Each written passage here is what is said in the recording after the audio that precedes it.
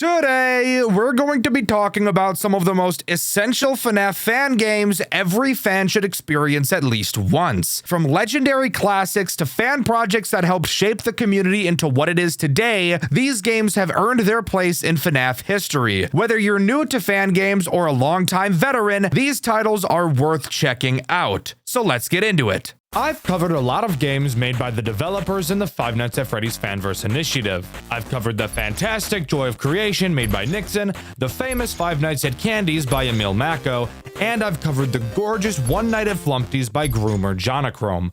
For the most part, I've enjoyed all of these games, but there is still one game in the initiative I have yet to cover, Pop Goes by Kane Carter. Another incredibly well-known FNAF fan game with a lot of people having a sweet spot for it. Today, I'm here to find out why. Stick around because I've got a lot to say about it. As mentioned, Pop Goes was created by Kane Carter and was released to the public on June 26, 2016. Immediately, it got a lot of recognition, with FNAF fan games definitely being popular at the time, but it was still new to find a game that remotely matched the quality of the originals. And Pop Goes 100% did. The game shares lore in continuity to the official Five Nights at Freddy's games.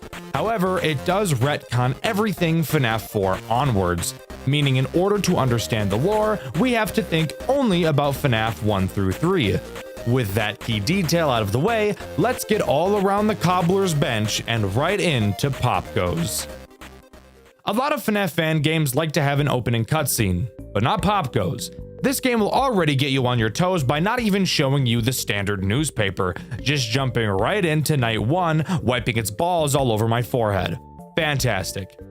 Something you'll notice immediately is the way that Pop Goes handles the office. It's honestly probably the coolest office I've ever seen come out of a FNAF game. It actually comes out of this game harder than you gooners come out of the closet. While in the office, which is hard to even call an office honestly, you will be able to look 360 degrees all around you, with 4 different directions to look in, all serving a different purpose. Although I will admit one of them doesn't really have any reason for existing, but we'll get into that later. Starting directly in front of us, we have our cameras, which are controlled by our phone, and some colorful buttons. Since this is where we'll be spending most of our time, I'll talk about this a bit later. Turning to our left, we can actually see one of the animatronics, and it's at this moment it becomes apparent that we are not in an office, but are rather just in a giant-ass room in the restaurant. This character's name is Blake the Badger, but he's harmless on this night, so as I've already said multiple times, we'll talk about him later. Turn left again to look behind us, and we'll be able to see the actual fucking stage where all the characters are. Holy shit, my butthole just puckered and my penis just retracted up inside of my body. We are literally constantly next to almost every animatronic in the entire game. You might think that'll make just about everything in this game useless, since they're already pretty much free to grab up on us, but as you'll learn throughout this video, these guys have a very, how should I say this, retarded thought process. Finally, turning once more to the left, we can see a window to the parking lot, with a bird character standing outside. We'll talk about what he does later, but for right now, I want to talk about what actual purpose this window serves. On the bottom of the screen, you will see a panic meter. Naturally, throughout the night, it will rise, and looking at animatronics will cause this panic meter to rise faster. In order to make it decrease, you'll need to look to the right at the window. I guess looking outside makes you remember how much you enjoy touching grass. Just kidding. Being outside is scary, and it's summer right now, so it's really fucking hot. I'd rather die than go out there. Fun fact, as I'm writing this script, I'm not wearing a shirt because of how blazing hot it is, even though it's only 9:45 p.m. What kind of bullshit is this? Why is it so goddamn hot where I live? This shit is ass. Oh, and by the way, as I'm recording this, it's currently 11:48 p.m. and it's somehow gotten even hotter. Also, by the way, put your dick back in your pants, you're not going to see me shirtless, and stop imagining it too. I already know how weird you fucking freaks are. Yes, I read the comments. Behave. Anyways, if your panic meter increases all the way, you'll be unable to do literally anything. That includes turning to look in any direction, and Pop Goes will very quickly dig in your butt. Want to hear a really cool fact about this? Turns out I'm actually the most retarded person on the face of the planet Earth. The phone guy explicitly describes that if we're feeling panicked to look outside. I swear to you, I had no fucking idea that the window to our right was a window to the outside. I knew it was a window, but for some reason I couldn't tell that it was to the outside of the building. I thought it was just another room inside the building, and I think the reason I thought that was because the animatronic could be seen through it, and I didn't think that they'd place an animatronic outside. But that still doesn't make sense, because what I thought you had to do was look at camera 10, which is a camera out in the parking lot. While this does seem to decrease your panic very slowly, I thought it was going to be impossible to beat this game because of how slowly it dropped. Again, keep in mind, I can see the crow animatronic in this camera, and it took borderline until night 3 for me to notice that yes, that window is outside, and by looking out of it, my panic will decrease a fuck ton faster. Looks like the panic meter don't exactly work very well though, bro. Like, look, I keep fucking jumping back up and shit. What am I supposed to do with this panic meter, bro? It like doesn't go down consistently at all. Dude, this is bullshit. What the fuck are you supposed to do? That's not possible. What the hell is that bullshit? What? What's the point of turning except to see? Like, what's the point of this? Like this area. Wait, that's the... Oh! I'm retarded. This is the fucking parking lot. He means literally... Guys, I'm actually fucking retarded. Holy shit, guys. I'm a fucking idiot. Oh my god. That has to be actually the fucking stupidest thing I've ever done in my whole life. So, with that out of the way, let's talk about our camera system. Looking at it at a first glance may seem a bit intimidating, but this game actually does a fantastic job at slowly introducing new mechanics. It's actually probably better at this than any other FNAF game I've ever played before. Let's just focus on what needs to be focused on during night 1 and ignore everything else until it becomes relevant. Obviously, you can switch through the cameras like any FNAF game, and the cameras in this game use no power. In fact, this game doesn't even have power to begin with, which I think is something we can all appreciate. The only other thing on the cameras we need to worry about is the room shutdown button. This button does exactly what you think it does, temporarily shuts down the power to a specific room.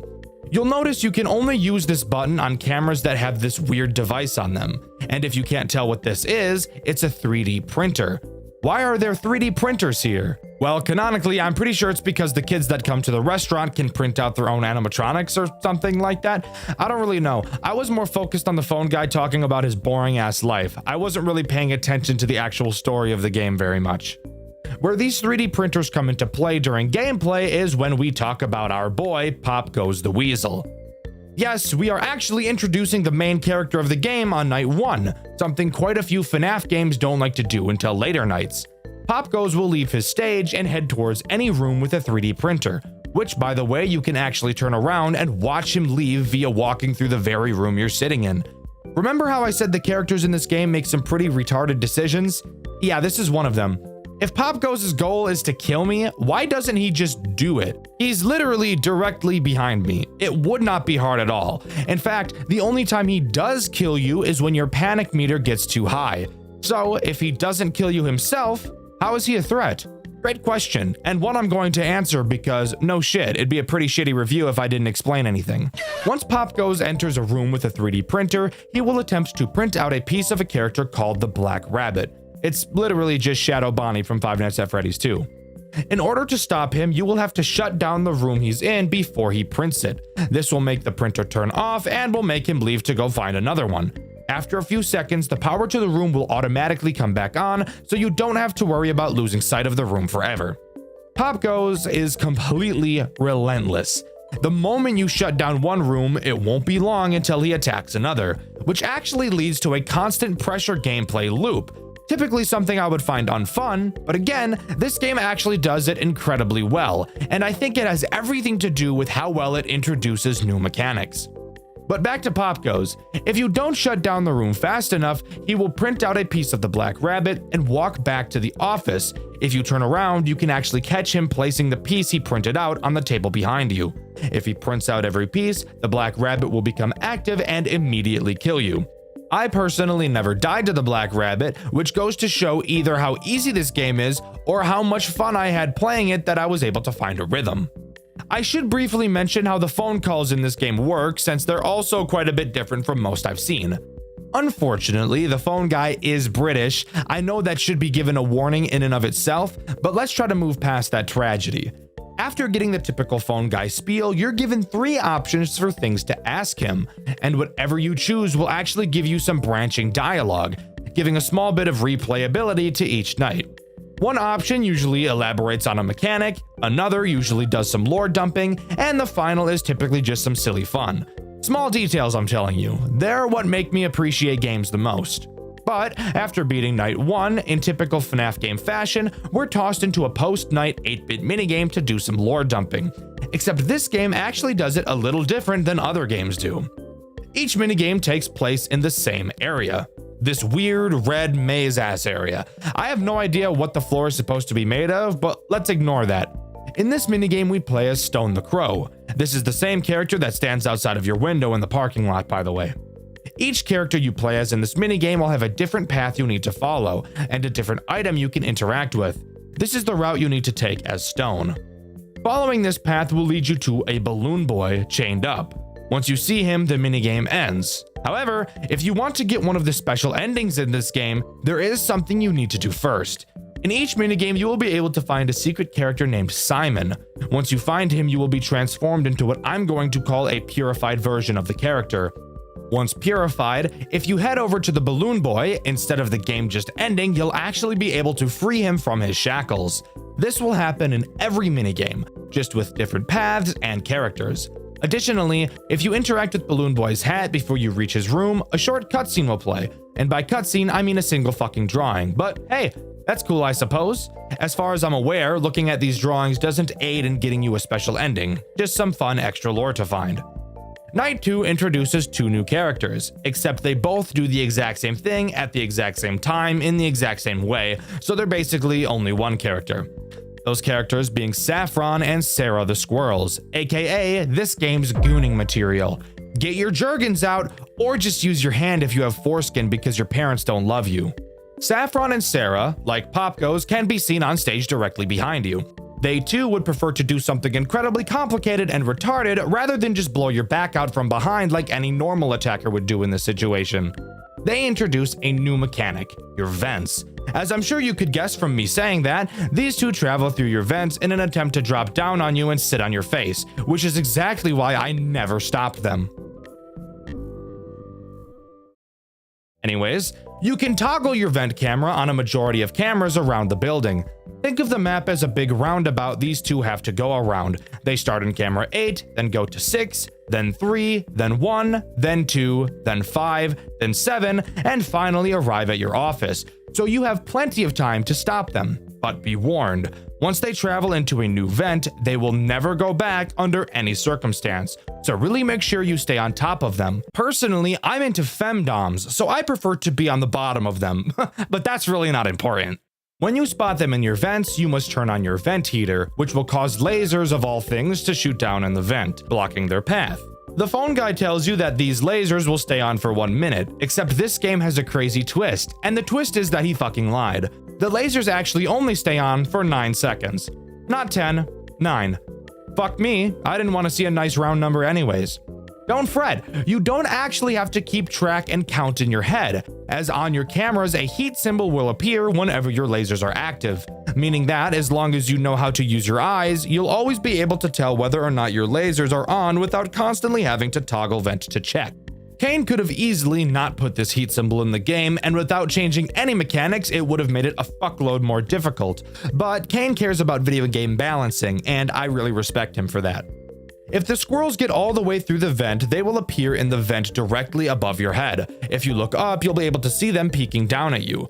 Much like Pop Goes, these girls actually never attack you. Instead, what they do is snatch up your phone like a frat boy snatches up Easy Cooter. Obviously, without your phone, you won't be able to switch cameras, meaning Pop Goes will be free to build up the black rabbit and you'll be done for. However, it's much more likely that your rapidly climbing panic meter will get you killed first. Anyways, on to the post-night minigame. This time we play as Saffron and we're tasked with finding Toy Freddy. Very similar to last night, we can find Simon, become purified, and free Toy Freddy from his shackles. Oh yeah, and additionally can view another picture with some loud-ass music playing as well. Lore or something! Also, by the way, here's the path you need to take. Night 3 introduces one new threat, Blake the Badger. However, I first want to talk about a threat I haven't mentioned thus far, Stone the Crow. He actually has two different attacks, one that becomes active early in the game and one that doesn't become active until a later night. Both of his attacks are actually the most threatening and annoying out of any character in the entire game. Crazy how one character can have multiple ass-erupting problems that I hate. His early attack has him just be an annoying prick. He will occasionally appear on your cameras and block your entire view. This prevents you from seeing pop goes, which is obviously not great. But if that wasn't enough, when you look at him, your panic meter actually increases way faster than normal. And want to know the coolest part? The higher your panic, the more commonly he appears on your cameras. That's a fucking wombo combo if I've ever seen one before. Holy shit. Leave my poor anus alone. It's had enough. In order to make him stop appearing on the cameras, you obviously have to lower your panic. Ironically, by staring at him out in the parking lot. Let's just pretend like that makes sense. Anyways, now I can talk about Blake the Badger, a character who is literally just fun. As I mentioned previously, Blake can be seen directly to your left. This, by the way, is the direction that is pretty much useless to look in. Along with seeing Blake, you can also see the door to the server room in this direction. If you look this way long enough, you'll see Blake walk into this server room. You can view the server room on your cameras where you can see Blake present. This camera is one of the reasons why watching him move real time doesn't matter, because you'll be checking the cameras consistently anyways. Blake has you play Simon Says. Hey, Simon! Like the guy in the minigames. I wonder if that's a coincidence. Once Blake is in the server room, he will set the monitor inside to a certain color. On your desk, you will see 5 different buttons, each with a differently colored circle on them. What you need to do is click the circle that's the same color as the monitor in the server room, and then press the Blake button next to your monitor to call him over so we can check if you chose correctly. When you call him, by the way, he will literally come right up to you. If you turn to the left, you will see him staring right at you, which kinda startled me the first time I saw it. If you got the colors right, he won't attack you and will go back to minding his own business. Get it wrong and you're obviously fucked. Want to hear another reason why looking to the left is not worth it? Well, if Blake happens to be there because he's checking on your color, if you look at him, your panic meter will increase drastically. So there is literally never a good reason to look to your left, ever, so just don't. Night 3's post-night minigame has you play as Sarah. I'm sure you can already guess what you need to do. Find Simon, become Fearified, and find my wife Toy Chica and free her from her shackles, and then let her use those shackles on me so she can have her way with me. But let's leave Chica and I alone while you guys move on to Night 4. Oh yeah, and here's the path. Night 4's new threat is Stone the Crow. While yes, I've already established his camera blocking threat, that's not the only threat he has, as I've already mentioned. This is the night where his much more annoying problem arises. If you are to look out of the window for too long, Stone will turn his head towards you and, I'm not joking, make the most ear-piercing, skull-fucking degrading screech I've ever heard in my entire life. I'm not lying. It's actually the loudest noise in the whole game, and it scared the fuck out of me every single time I heard it. Oh, for fuck. My goddamn ears, bro. When he turns his head at you, your panic meter will increase faster than anything else that causes it to increase. Like, I'm talking fast as fuck. Usain Bolt type shit. Obviously, turning away will cause him to stop staring, and you'll be able to look at him again to decrease your panic that he so rudely increased. This does bring up an interesting dilemma and will force you to come up with a new strategy when playing. You know that looking out the window for too long will cause him to look at you, but you also need to keep your panic empty so he doesn't appear on the cameras. So you need to figure out a proper way to both deal with Pop Goes, the squirrels, and Blake, while also looking out of the window frequently enough to not cause Stone to look at you, while also keeping your panic meter completely empty so he doesn't appear on the cameras. Because once your pattern breaks, it will be very difficult and stressful to get yourself back on track. Night 4's post-night minigame has you play as Blake. Here's the path you have to follow to get to Mangle, but remember to find Simon and purify yourself first. I'll never understand the attraction some people have to Mangle. I don't even see how sex with her would be fun. She's a fucked up mess of wires. Even if you could figure out how to get it done, you'd borderline have to be a contortionist in order to not get yourself injured while doing the deed. Anyways, on to Night 5. Night 5 doesn't introduce any new threat, just being a harder version of Night 4, so I'll use this time to talk about Simon and how he appears in the nights. That's right, Simon himself does appear in each night, however, I never saw him throughout my playthrough, which you can find on my second channel, Dxtr Black, and that's because of how specific finding him is. Each night he will appear in a certain room at a certain time, only for a few seconds, which is why I never saw him. When you find him, you will need to click on one of your Simon Says buttons that corresponds to the color of his eyes. When you do, he will say something to you. I guess it being Simon Says wasn't a coincidence after all. On night 1, he will appear in the arcade's vent camera at the 526th second of the night. That's right, it's actually that specific. His eye color will be red and he will say the following. Simon Says. On night 2, he'll appear in the birthday room camera at the 116th second. His eyes will be pink and he'll say the following. Keep finding me. I'll tell you everything. On night 3, he'll appear in the parking lot camera on the 472nd second. His eyes will be blue and he'll say this. Oh, brother. He must be so fond of him. On night 4, he'll appear in the staff room at the 342nd second of the night. His eyes will be yellow and he'll say the following. Do you think you know who he is?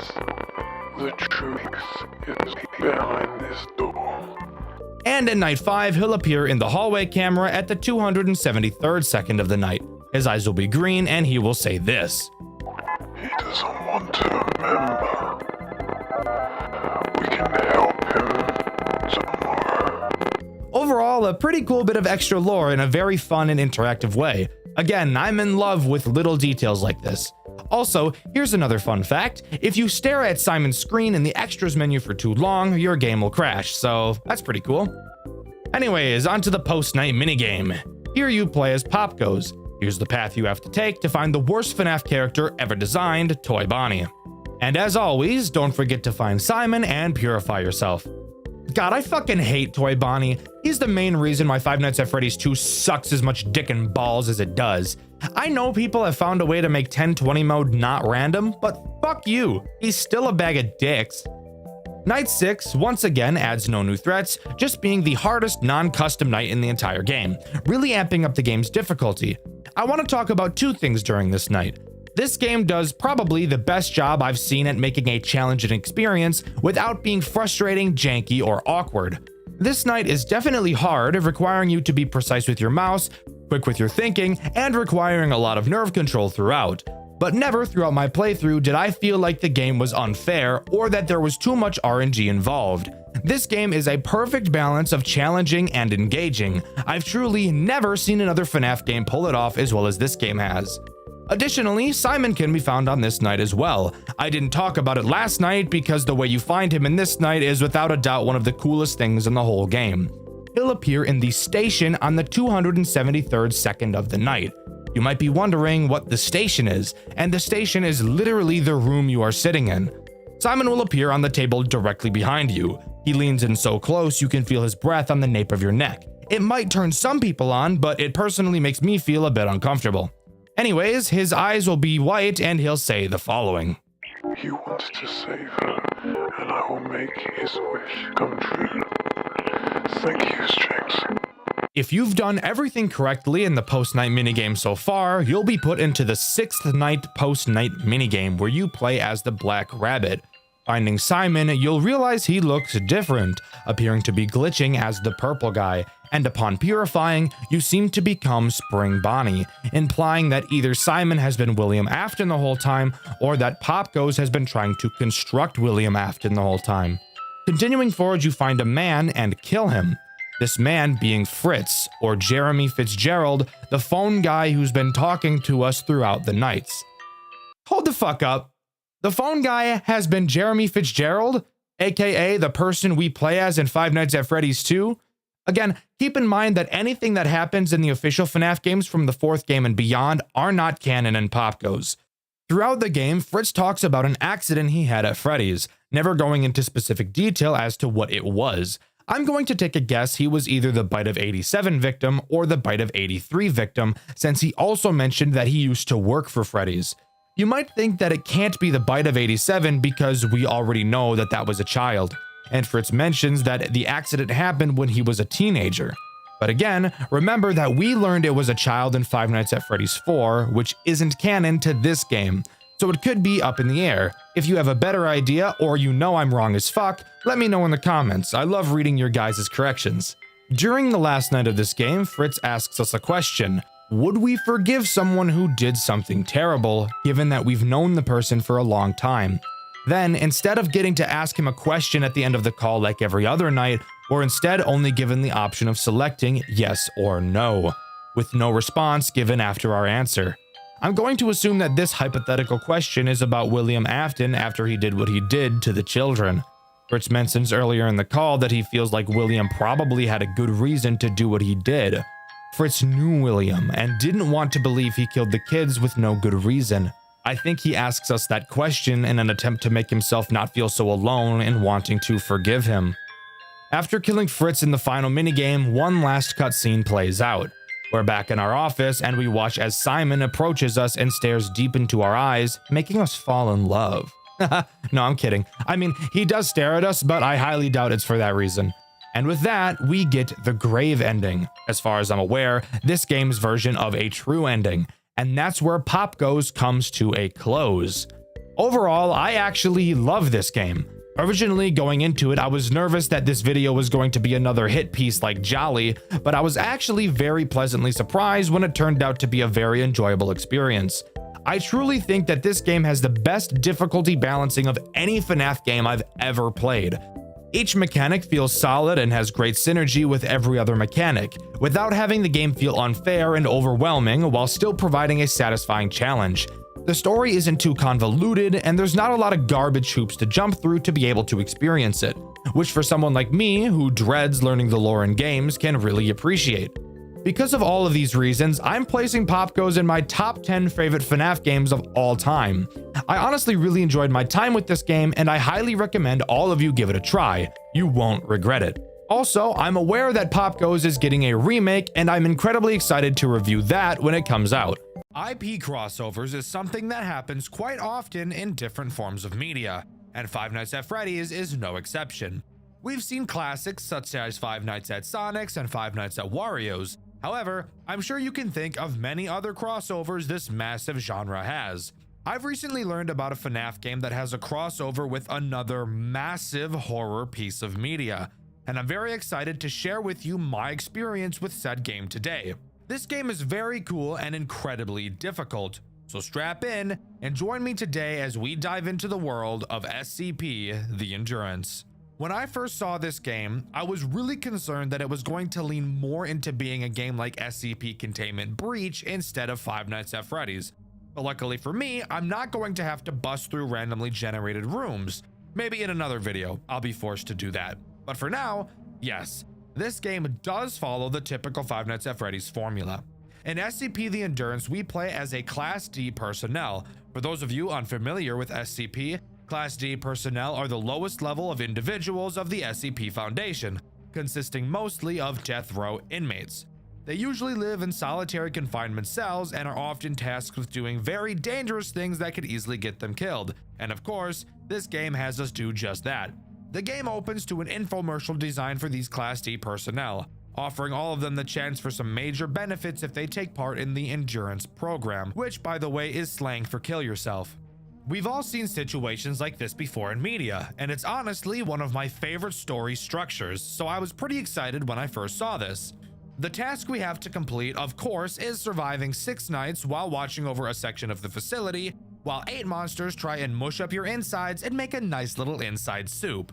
We obviously don't want that to happen, so what tools do we have at our disposal to prevent such a catastrophe from happening?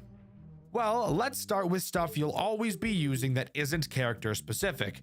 To your right, you have a door that can be closed. Pretty standard FNAF stuff. The longer the door is closed, the more power it will consume. In front of you, there is a hallway that you can flash, exactly like FNAF 2, except this time around, when something is in the hallway, the most ear-grating PTSD-inducing sound of all time doesn't play. Of course, there's the camera system. which does something that makes my dick hurt when I see it. That being that the camera has multiple levels for you to look at. There's nothing wrong with this mechanic, by the way. Just thought I'd mention how it makes me want to shit out my own organs. And finally, you can turn off the power to both your cameras and the entire building. The reasons for doing both of these things will become important later, so for now, just don't worry about it. Actually, that's a lie. Nothing actually happens on night 1 as it's just introductory, so I actually want to take this time to talk about the fucked up shit that is this game's power supply. This game drains power so fast, it isn't even funny. This is to encourage you to shut off essential systems to save on that power, because if you don't, there is literally zero chance you will survive the later nights. Inside of the cameras, you have the ability to turn off your ventilation. This game takes place underground, so if it's off for too long, you'll just suffocate and die. But it will make your power drain slightly slower, and in a game where you'll be completing each night with single-digit power integers, that is huge. Obviously, that's also where shutting off your cameras comes into play, as that will also save some power for you. However, booting up the cameras does take about 3 seconds, and with how brutal this game gets with character speed on later nights, I promise you that 3 seconds is a lot of time to wait. However, shutting off the cameras will also be essential to actually surviving the nights in this game. Now is the time I should mention how you need to start each night, as it's not as simple as just listening to the phone call. Each night you will have to boot up the computer for the first time by using a password. This password is randomly generated each time you start up a night. So if you die on night 4, for example, when you retry night 4, the password will change yet again. Each night starts with you booting up the PC and typing in the password. I highly recommend that you Control A, Control C, and Control V the password at the start of the night as well. Because if either you or something else shuts off the power to the facility and you have to turn it back on, you will have to re-enter this password. So being able to copy and paste it is obviously a big time saver. We also have access to an SCP library where we can learn and read about the SCPs that we'll be encountering. Most of these entries are mainly for lore reasons, and in all honesty, I don't have a lot of interest in diving into the behaviors of each character, as it's literally pretty much just a wiki page. So I probably won't be doing that much in this video. I'm imagining most of you who are watching my channel frequently also probably know at least a little bit about SCPs anyways. Again, as I said, night 1 doesn't actually have any threats. You just get taught by the phone guy, Ronald, how to do everything you need to do, and that's about it. But now we can hop into night 2. And holy shit, this game goes from 0 to 80 really fucking fast. But hold up guys, I want to take a little break here to tell you that this video is sponsored by me. For those of you who didn't know, I have channel memberships. I would never ask anyone to do this as I don't even have any interesting perks attached, but if you really enjoy what I do and would like to support me a little bit extra, that's a great way to do it. Also, if you'd like to actually get something for your money in return, I have a merch store with some designs I commissioned from a fan, the same fan who actually drew these new character PNGs. So if you'd like to have my silly little demon character on your clothes, then that's a great place to go do that. And hey, if enough people end up liking that stuff, I will 100% get some more created in the future, and maybe even commission some more fan artists for some uniqueness in art styles. You can find the link to that in the description of this video. Sorry for the interruption, let's talk about the bullshit that this game has to offer. Night 2 introduces 5 characters. That is over half the fucking roster on Night 2. I'm going to start with the easiest characters and work my way to the hardest. Strap in because this is going to get interesting. By far, the easiest character to deal with in my opinion is SCP-860-2, who I will just be referring to as SCP-860. 860 is the only character that uses your door. It will appear outside of the door far away in the trees. Which, by the way, side note, I don't really know why there are trees outside of this door. We are underground, but whatever. Throughout the night, it will approach your door until it is right up next to it. When it is, all you have to do is close the door and wait to hear it run away. If this door is closed for too long, the power to the building will be shut off and you will have to completely reboot, re-entering the password to the computer and all. I believe this is the easiest character simply because of how infrequently he attacks in comparison to the other characters. You may see him 5 or 6 times a night, which is a godsend compared to some of the other assholes we'll be talking about in a bit.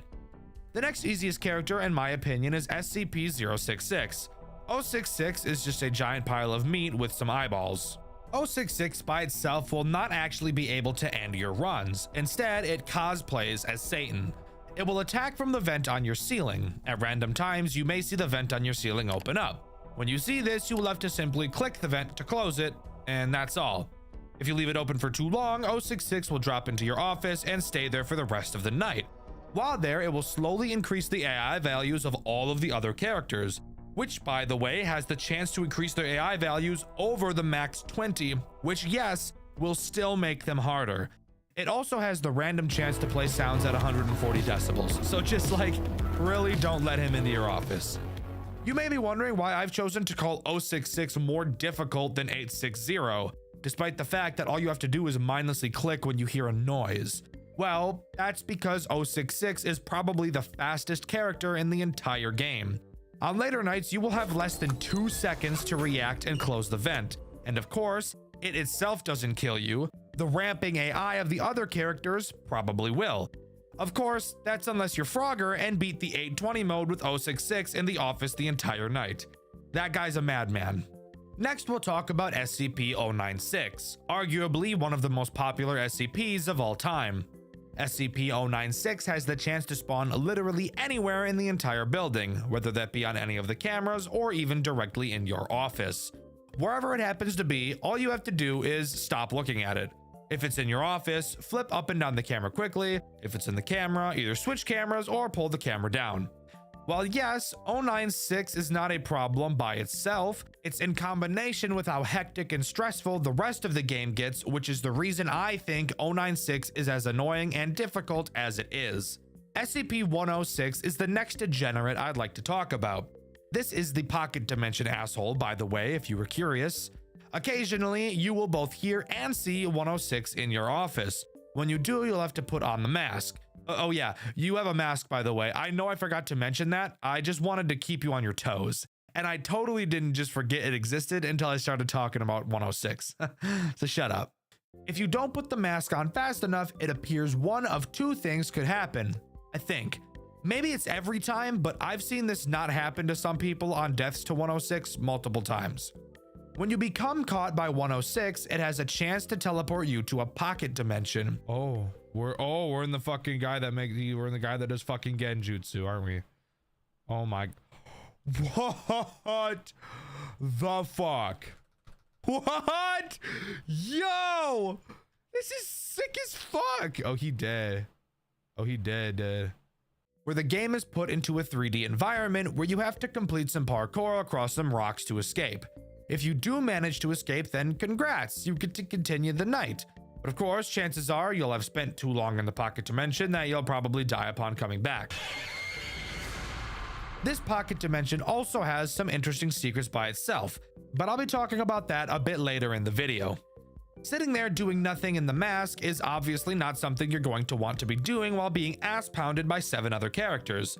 So that puts 106 pretty high up on the difficulty chart in my eyes. SCP-173 is by far the most grueling and annoying character in this entire game. He acts as this game's main reason for using the cameras, which also really sucks because in most cases you'd prefer to have your cameras off just because of how horrifically quickly the power drains.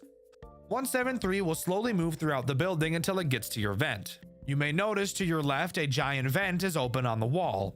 Yeah, if he gets there, you're dead. So, how do you stop him? Well, by staring at him on the cameras, of course.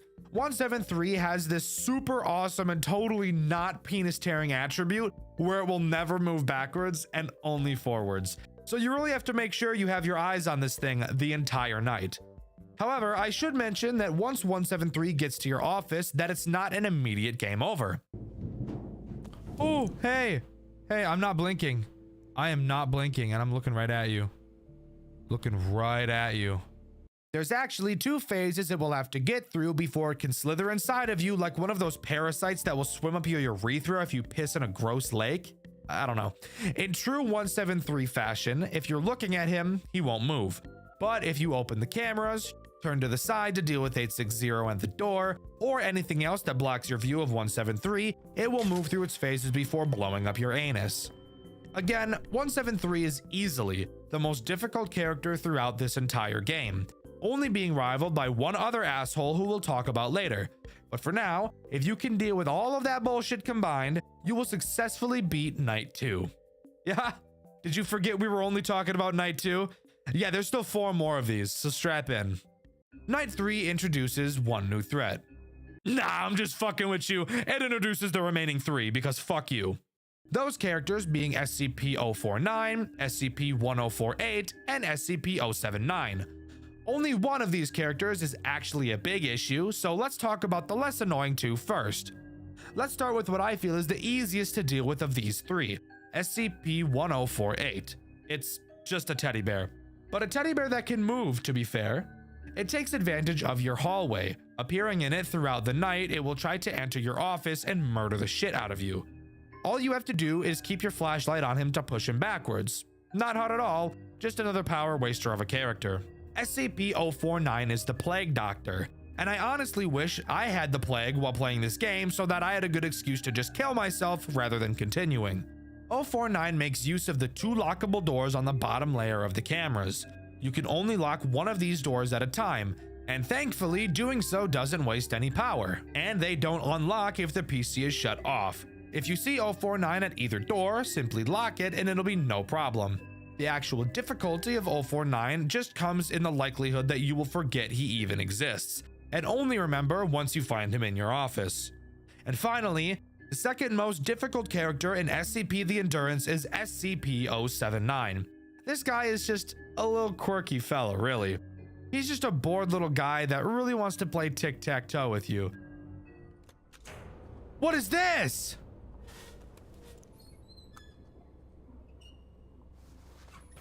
What is that? Yes, I'm serious.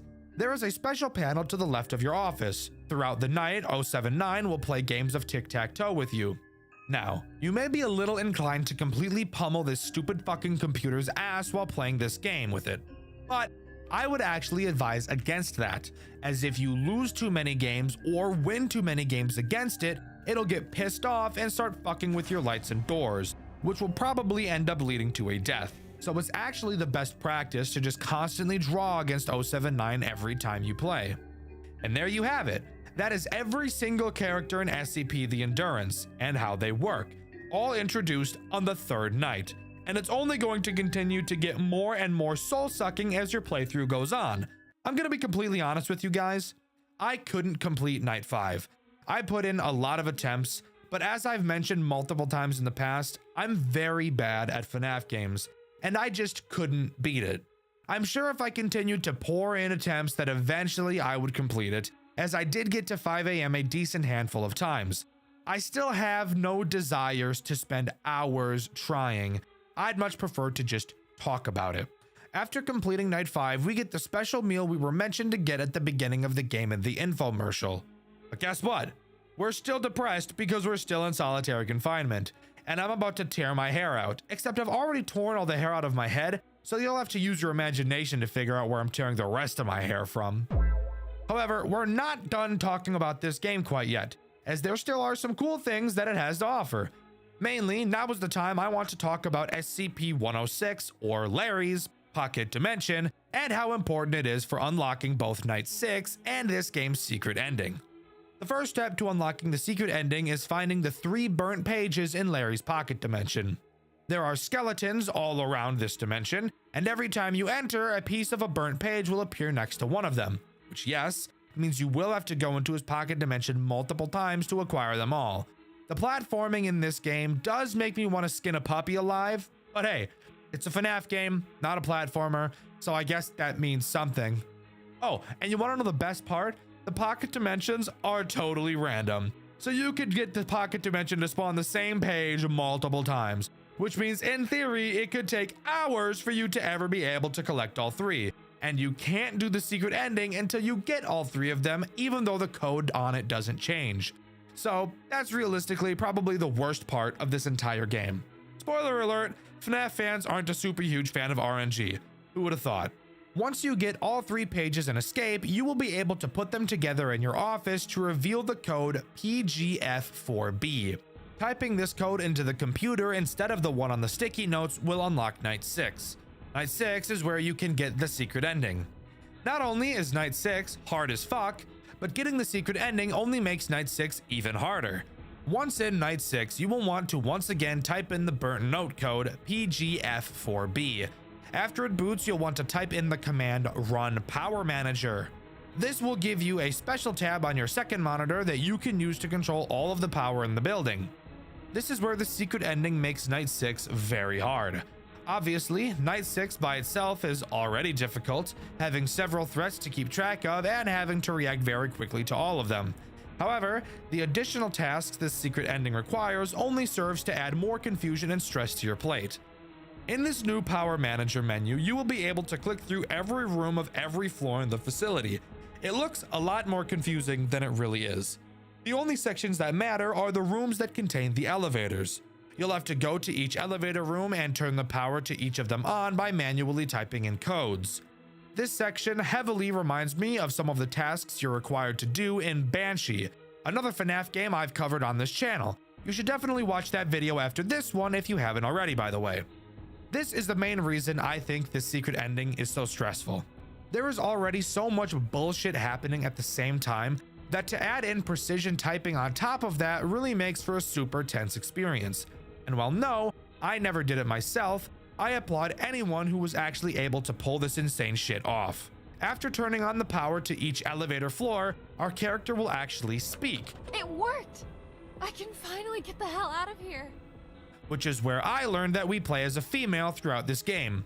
Not that that really matters, just something I wasn't expecting. We get a final cutscene of our inmate leaving the building, avoiding all the characters she'd been going up against thus far, and escaping the facility, only to find out that she was right in the sights of an SCP worker's gun. We never get to see if the bullet hits her, but we can only hope it didn't and that she was finally able to escape. But don't click off the video yet, you little piece of shit! I see you checking how much longer there is trying to fuck up my retention. Stop it!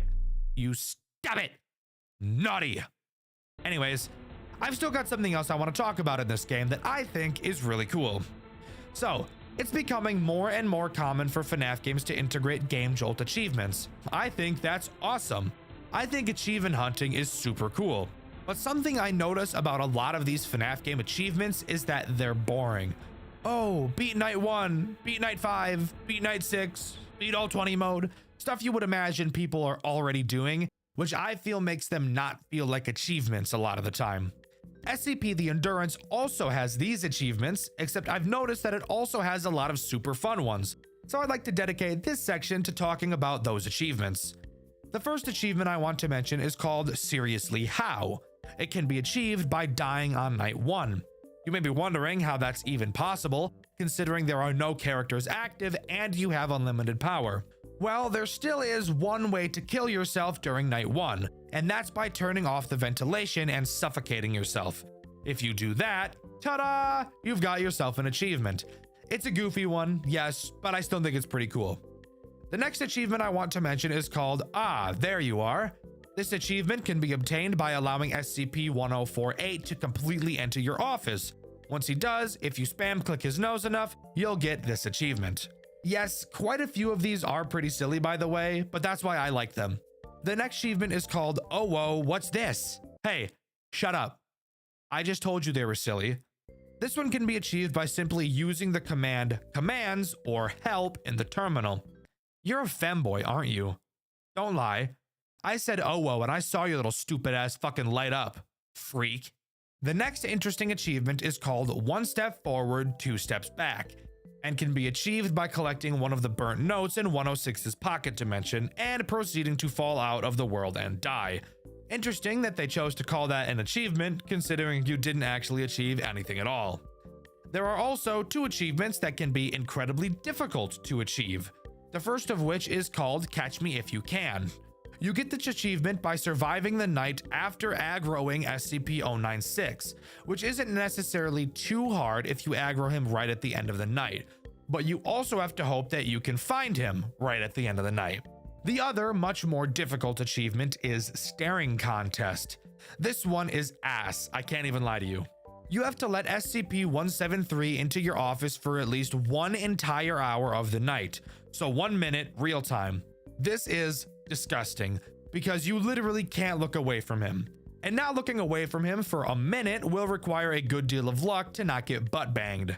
There's also a really silly achievement called L plus ratio, wherein you complete night 3 without ever looking at the cameras, which I'm not going to lie, just sounds like complete hell.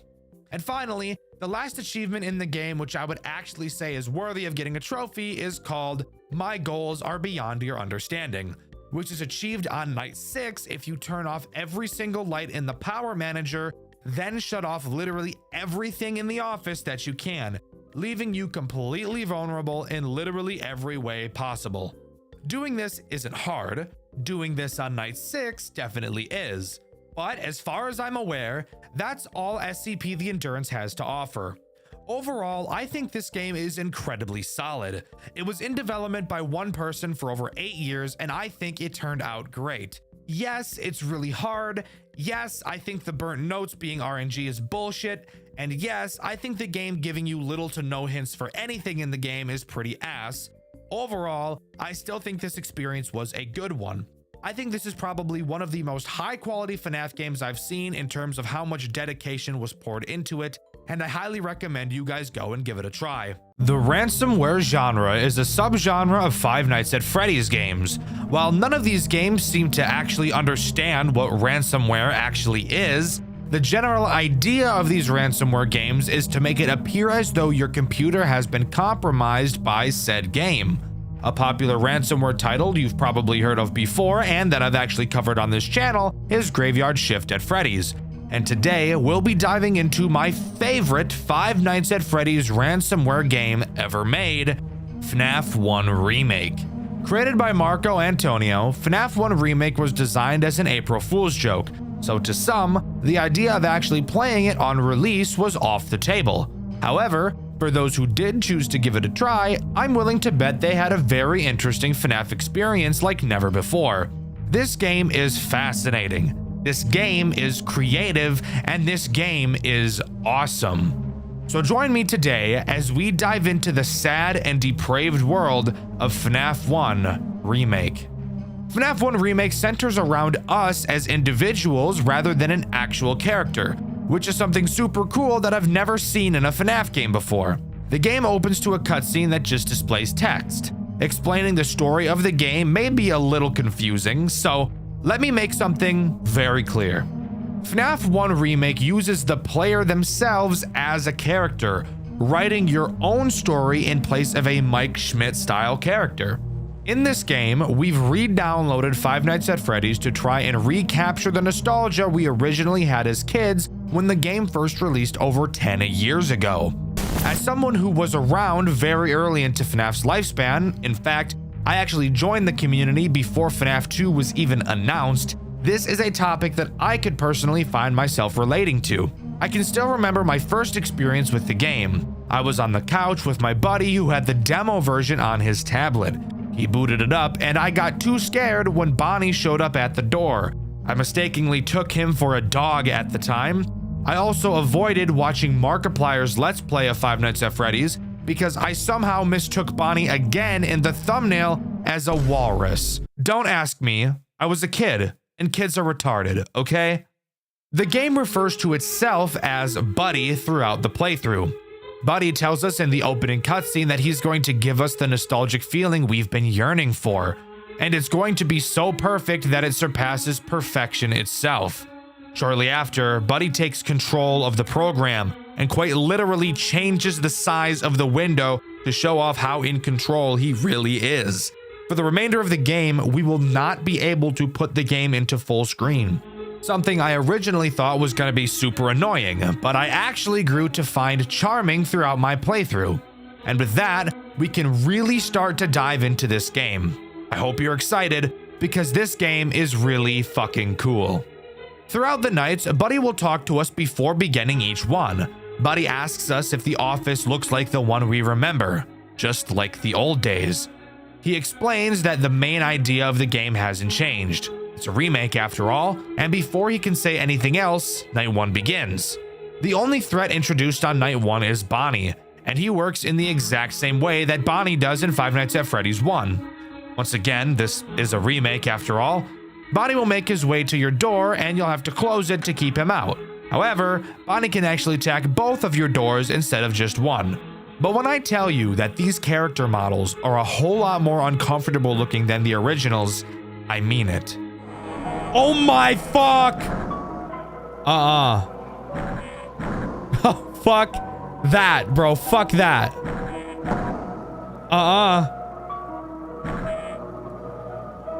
Dude, what the fuck? Dude, that's so fucked up.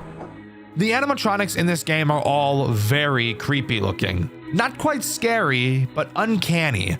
Like something is clearly wrong. Take Bonnie. The way his face looks like it's melting, mixed with the odd poses he has throughout the cameras and while in the doorway, it just makes for a feeling of, God damn, I really want to keep him away from me. And I think that's super cool. Of course, keeping Bonnie out is as simple as ever. Literally just close the door. However, something interesting I want to point out about this game is the subtle movements that the window has while playing.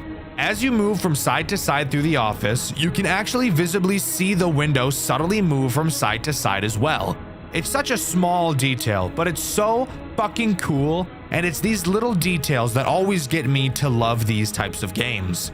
While playing through the nights, you'll also hear a very calming piano playing in the background. I feel this gentle music adds to the nostalgic feel. Not because the original Five Nights at Freddy's had music, it didn't. But the tone of the music itself feels nostalgic, even though I had never heard it before. And mixed with the very unsettling imagery throughout the game, I think the calming music really adds to the overall amazing atmosphere this game has.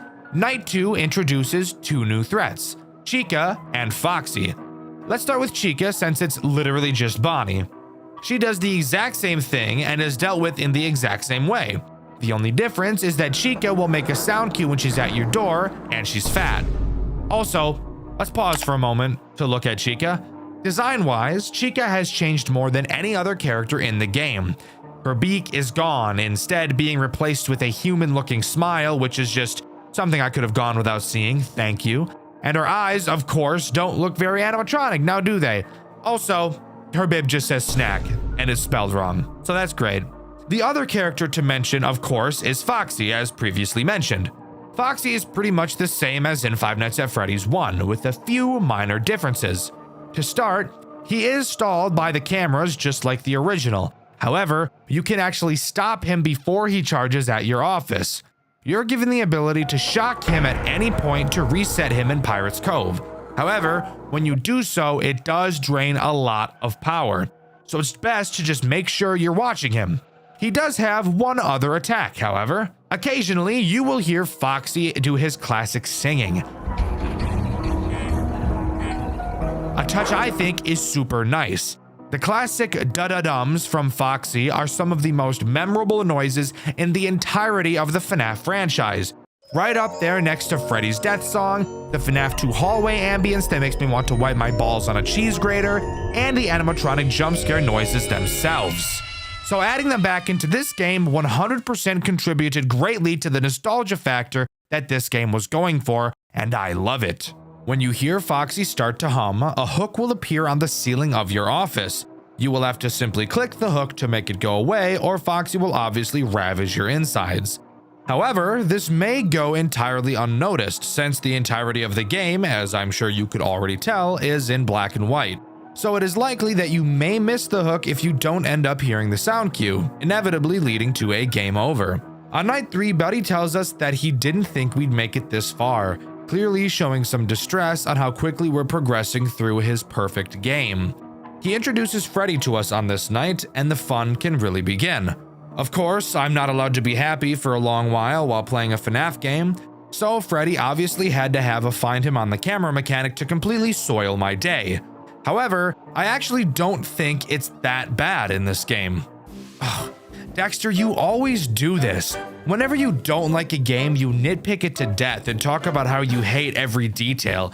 But when it comes to a game you like, you forgive almost everything in the game, even if it had the same mechanics or problems that another game had that you didn't like. You're a hypocrite.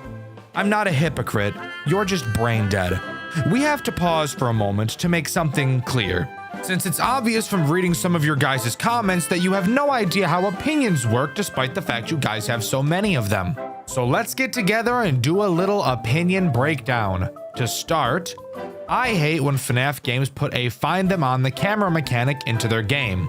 I think it's bad, and I think it disrupts the flow of the game. However, I don't mind this mechanic in FNAF 1 Remake. Does this make me a hypocrite? The answer is no. Let me dumb it down for a bit for the people in the back who don't think too good. Let's imagine someone doesn't like tomatoes. Would you call them a hypocrite because they claim to like ketchup? No, you wouldn't. And this is the same thing. Dxtr, no it isn't, because ketchup isn't just tomatoes. Ketchup has multiple other things in it. Ding, ding, ding! Congratulations, dumbass! You just connected the dots. Would you like a trophy? Well, too bad. You've been on this planet for way too long to finally be able to figure this out right now. In the same way that ketchup isn't just tomatoes, FNAF 1 Remake isn't just a find them on the camera mechanic. It's the mixture of that mechanic and everything else that the game has to offer that makes me tolerate it. And the rest of the game doesn't have every character require a shit ton of attention. So, taking a few seconds to find someone on the cameras actually doesn't disrupt the flow of the game at all, and therefore makes it a balanced integration of the mechanic. If that somehow still doesn't make sense to you, and you still think I'm a hypocrite who glazes every game I enjoy, then you are retarded and there's no saving you. Anyways, continuing, Freddy also has two other ways to attack you. The first is just teleporting directly into your fucking office. When he does, all you have to do is just stare into his big, innocent, sensual eyes. I mean, all you have to do is stare at him for a while and he'll teleport back to the stage. Something interesting to note here is that when he's in your office like this is the only time you'll be able to see his eyes. I don't know if that has anything to do with anything, but it's just something kind of cool I noticed. The final mechanic that Freddy has is to play Simon Says with you. Yes, I'm serious. Hey, this game is still an April Fool's joke after all. It can be as unserious as it wants to be. Occasionally, Freddy will drop a panel down into your office and 4 of the 9 panels will light up in a specific order. You will then have 10 seconds to repeat the pattern you saw. If you fuck up the order or take too long because you sit on TikTok and have the attention span of a toddler, then you will immediately get jump scared. And there you have it, the most mechanically complex character throughout the entire game. And you can quote me on that. Editor, quote me on that. I fucking dare you. Watch what happens. Al, piece of fucking shit-ass editor! I'm sorry, Al. I don't know what came over me there. Anyways, on to night 4. On night 4, Buddy talks to us once again, except this time something is a bit different. Buddy is growing nervous that we're about to beat the game. He expresses how he wishes it could go on forever. How he wishes he could make it go on forever. Night 4 doesn't introduce anything new and is just a harder version of Night 3. Night 5 is much the same. Buddy asks us if we're still having fun. He asks us if we will play again after we win, just like old times. It's becoming clear that Buddy is growing desperate, ironically holding on to the nostalgia more than we are. He doesn't want us to leave, and I get the weird feeling that he's not going to let us. And I was right. At 4 a.m. on night 5, Buddy ends the night abruptly to talk to us, finally showing himself. An uncanny drawing of Freddy. He's grown aggravated with our supposed lack of appreciation of his masterpiece. He thinks that by us beating the game that we're just going to throw him and his creation aside to forget about. He grows more and more morphed as his anger gets the best of him, and he decides once and for all to make one final change to make this game truly perfect for us, getting rid of every mechanic we've seen so far and replacing it all with him, throwing us right into night 6. Oh, that's awesome. Thank you. We open to the office and see what it has become, Buddy's new creation. The scenery is morphed like it's underwater and the monitors have been added to our office. Even the header of the window has changed to "keep going" in all caps. Buddy by far is the most complex character in this entire game. Al, don't you dare play that fucking quote! The most mechanically complex character throughout the entire game. You asshole. Well, whatever. I guess I lied back there, but who cares now? Buddy is the most complex character, so eat my nuts. Let's start with Buddy's main mechanic, sprinting as fast as possible directly into your door. You'll know when he's about to attack because you'll hear the loudest footsteps of all time pile driving directly towards you. You will have to quickly close the door to whichever side he's attacking and listen to him pound on the door as loud as fuck. Buddy also has the chance to attack your doors without booking it, so you will have to use the hall lights to see if he's there, and if he is, just hold the light on him until he disappears. He attacks very often and very quickly, so make sure you're on your A game. Buddy has 2 other ways to completely drill into your butt like he's digging for gold. You'll notice in your office that 2 monitors have appeared. That is not a coincidence, and it is actually a mechanic, if you can believe that. Throughout the night, Buddy has a chance to hack these monitors. When he does, all you have to do is click them to shut them off. If you don't, they will very quickly begin to drain your power faster than my female coworker drains my patience. And finally, Buddy has the chance to infect your cameras with a virus. When he does, you'll have to find the virus on the cameras and close them before they totally beam you. If you don't do that and instead allow them to beam you, the virus will cause your power to go out.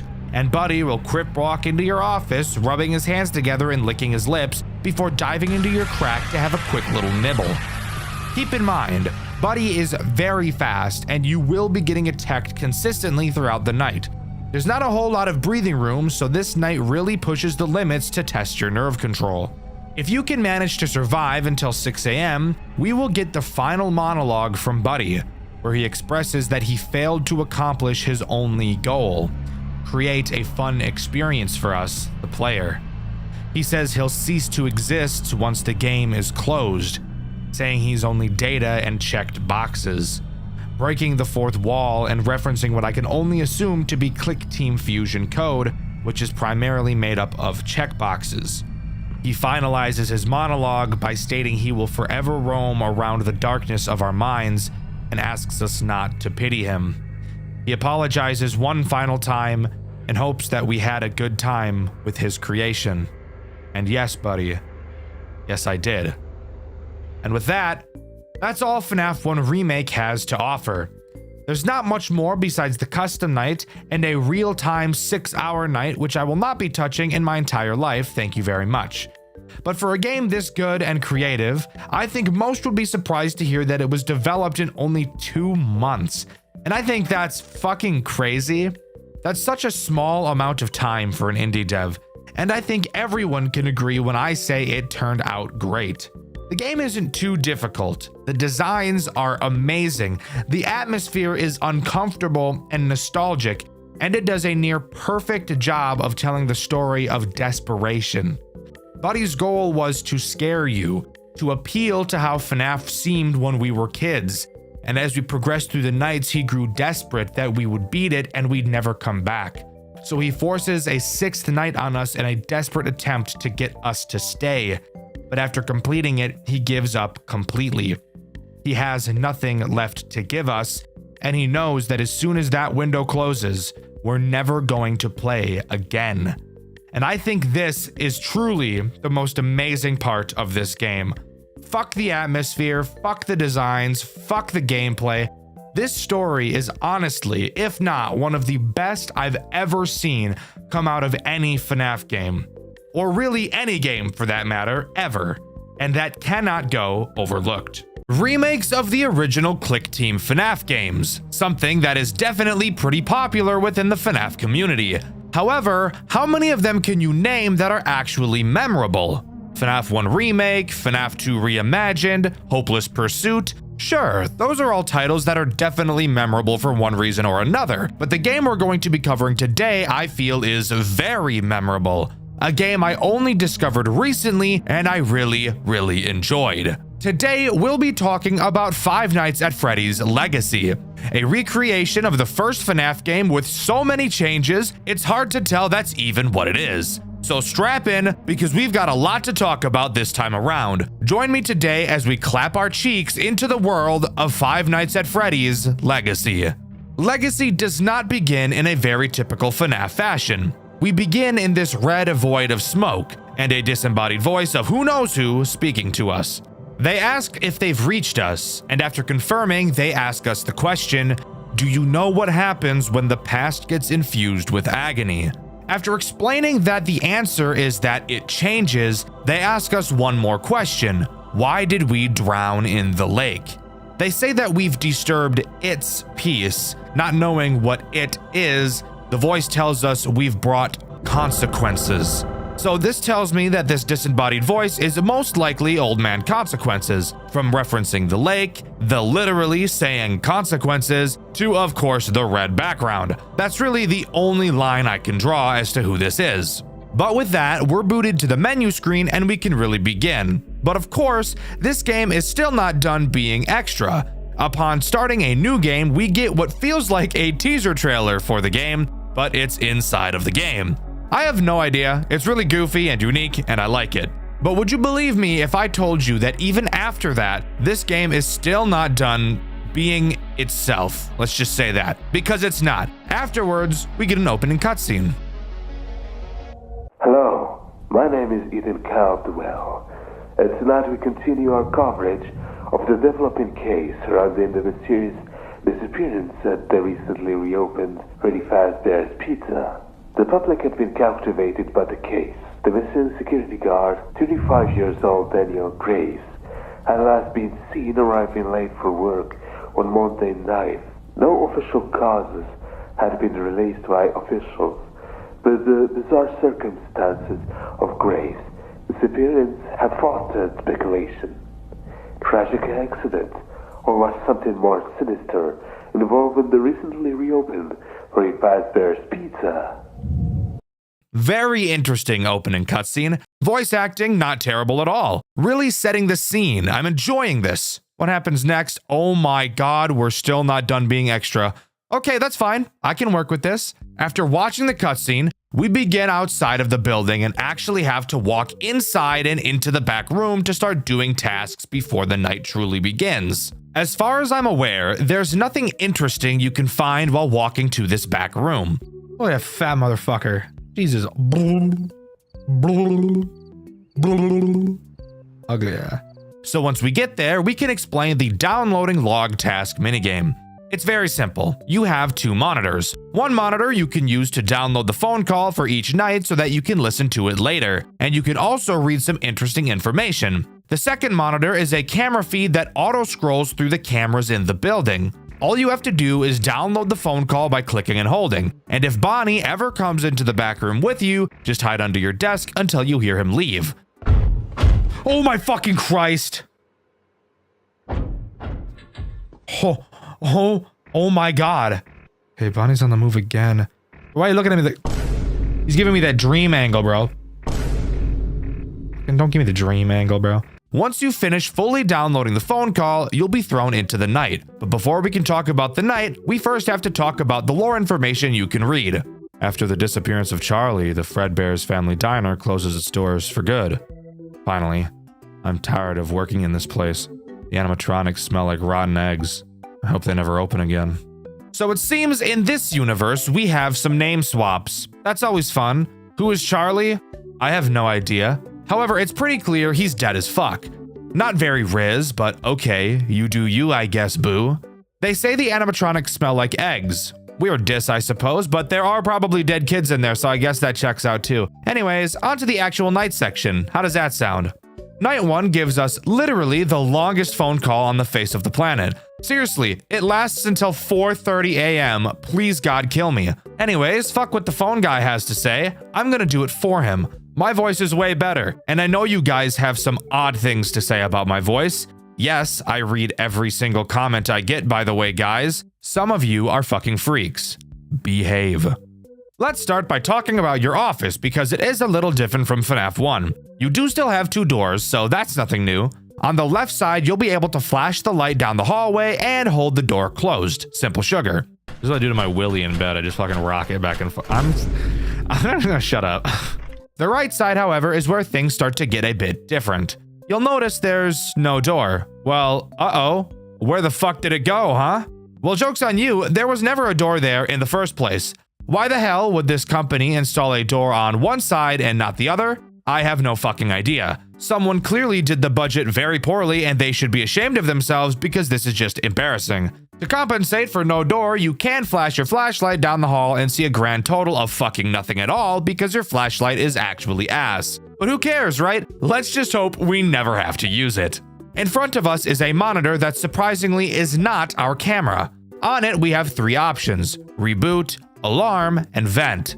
I literally never once used the reboot menu, so I'm just gonna pretend like it doesn't even exist. The alarm and vent sections, however, are important, and I will explain them more once they become important. Anyways, who are the big bastards introduced on this night? Well, it's a remake of FNAF 1, so that should be pretty obvious. Night 1 introduces Bonnie and Chica. Don't click off the video! I promise they're interesting and do wildly different things than what they do in the original. I wouldn't be covering this game if they didn't. I promise. Let's start with Bonnie since we've already encountered him in the pre-night minigame. Bonnie can attack both your left and right doors. Fuck. I was hoping we could avoid using the flashlight, but I guess I'll just put my balls in a vice grip then, who cares? Bonnie is a shy little autistic emo femboy and doesn't handle eye contact very well. So if you stare at the camera he's on for too long, he'll crank that Soulja Boy and knock the entire thing offline for the rest of the night. Which, by the way, the phone guy mentions that the repair for said camera will come out of our paycheck if that is to happen. And since we're living in FNAF world where we're making a whopping $100 fucking a week, I highly doubt one of our paychecks would even be enough to pay for that anyways. So let's really try to prevent that from happening, shall we? If Bonnie chooses to attack your left door, you will be able to see him in the hallway when you use your light. From that point, just hold the door closed until you hear him bang on it and congrats, problem solved, he'll go back to the stage. Bonnie's attack on the right door is a little bit more interesting. When Bonnie gets to the right door, he will literally enter your office, which is just not a fun sight at all and will in fact make your blood pressure spike to 168 in a fraction of a second. Once he's in your office, you'll have to use the alarm system to make the loudest fucking noise of all time. And when you do, he'll run away because it's too loud and overstimulating. And remember, he's a little autistic, he's sensitive to sound, so you're really just bullying an autistic kid. That's not very epic, but do what you gotta do, I guess. Chica, on the other hand, also has 2 means of attacking you. The first has her go to a certain camera. Now pause for a moment. I want you to take a look at her belly and tell me, what camera do you think she goes to? If you said the bathroom to shit, I'll give you half points because she does travel through the bathroom. Chica's looking me in my eyes. Look at a cupcake. Look at a cupcake, bro. Look at his eyes. He's trying to seduce me and shit. And it's like low-key kind of working. I meant what? But no, the actual answer is the kitchen because she's a whale. If she's in the kitchen, you will have to use the bell button to scare her away. If you're wondering why the sound of a bell that signifies that food is ready would scare a hippo who eats for a living away, the answer is because she gets scared that the food has already been served in the dining room and she's really scared that she may have missed it and maybe the kids in the dining room have already started eating, but she actually has a rule in her house where nobody is allowed to eat until she's full, except spoiler alert, roly-poly ass chicken bitch is never full, so all of the kids starve and die. Anyways, move.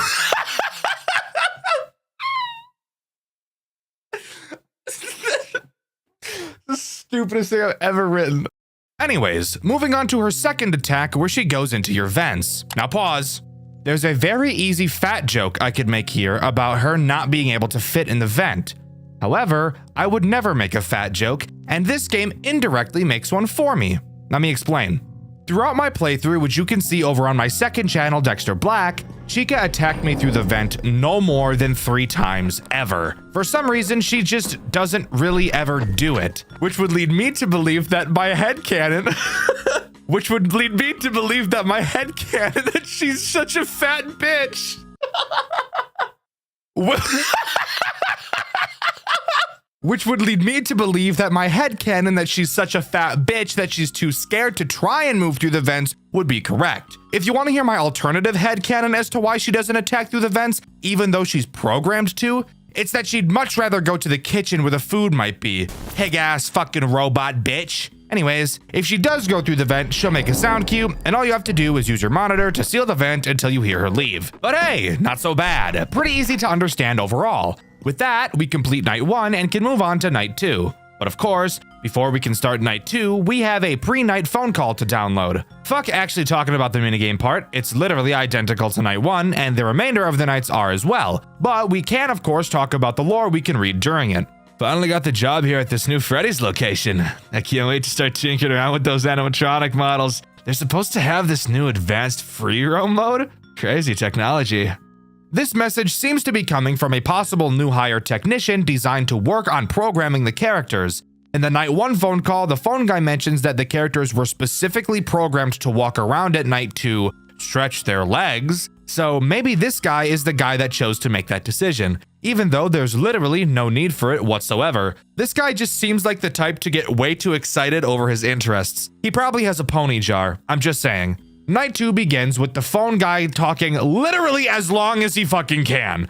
This phone call lasts until 2:50 a.m. So that's just awesome. Anyways, who gets introduced on this night? Well, slow your roll, fucker. There's 2 things about the cameras I want to talk about first. The first is that during this phone call, the phone guy mentions that William disabled the backstage camera. However, when you go to check the backstage camera, you'll see that it works perfectly fine. So I don't know what that guy was talking about. The second thing is that Bonnie destroyed the kitchen camera. So you're stuck listening to be able to tell if Chica is there or not. Hooray! I love life.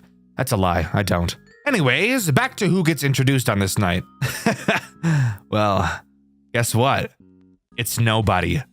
Nobody is introduced on this night. I'm fairly certain that night 2 is when Bonnie and Chica are allowed to start using their second form of attack. Bonnie's right hall attack and Chica's vent attack. Maybe. I'm not really sure exactly why nothing new is introduced here, if I'm being honest, but that's what happens.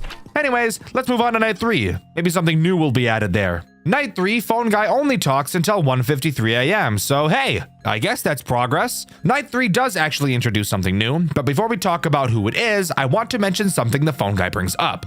He says that William ordered 2 vintage animatronics, a type of animatronic that they don't make anymore, from an old location. Now, I'm not a genius, but it also doesn't take a genius to figure out that he's undoubtedly talking about Fredbear and Spring Bonnie. He says they won't need any repairs, so that means they're working exactly as intended and there shouldn't be any problems with them at all, right? Anyways, night 3 introduces Freddy, and a mechanic that makes me want to stick a push pin in my testicle, pull it out, and slowly squeeze all of the various juices out of it. Freddy stays on stage for a majority of the night. However, whenever he damn well pleases, he will choose to leave with a sound cue. When he does, you will have to find him on the fucking cameras as he teleports to a random one. God damn, guys, I'm getting real sick of this mechanic, you know that?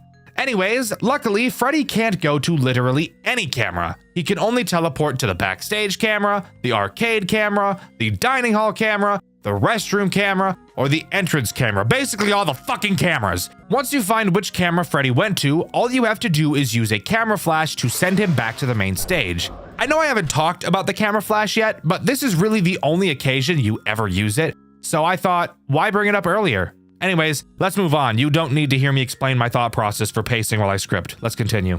Actually, now that I say let's continue, I'm noticing that's the only thing night 3 introduces, so we should probably move on to night 4. But hold up! After beating night 3, we actually get a post-night 8-bit minigame. And this is actually the only post-night 8-bit minigame throughout the whole game.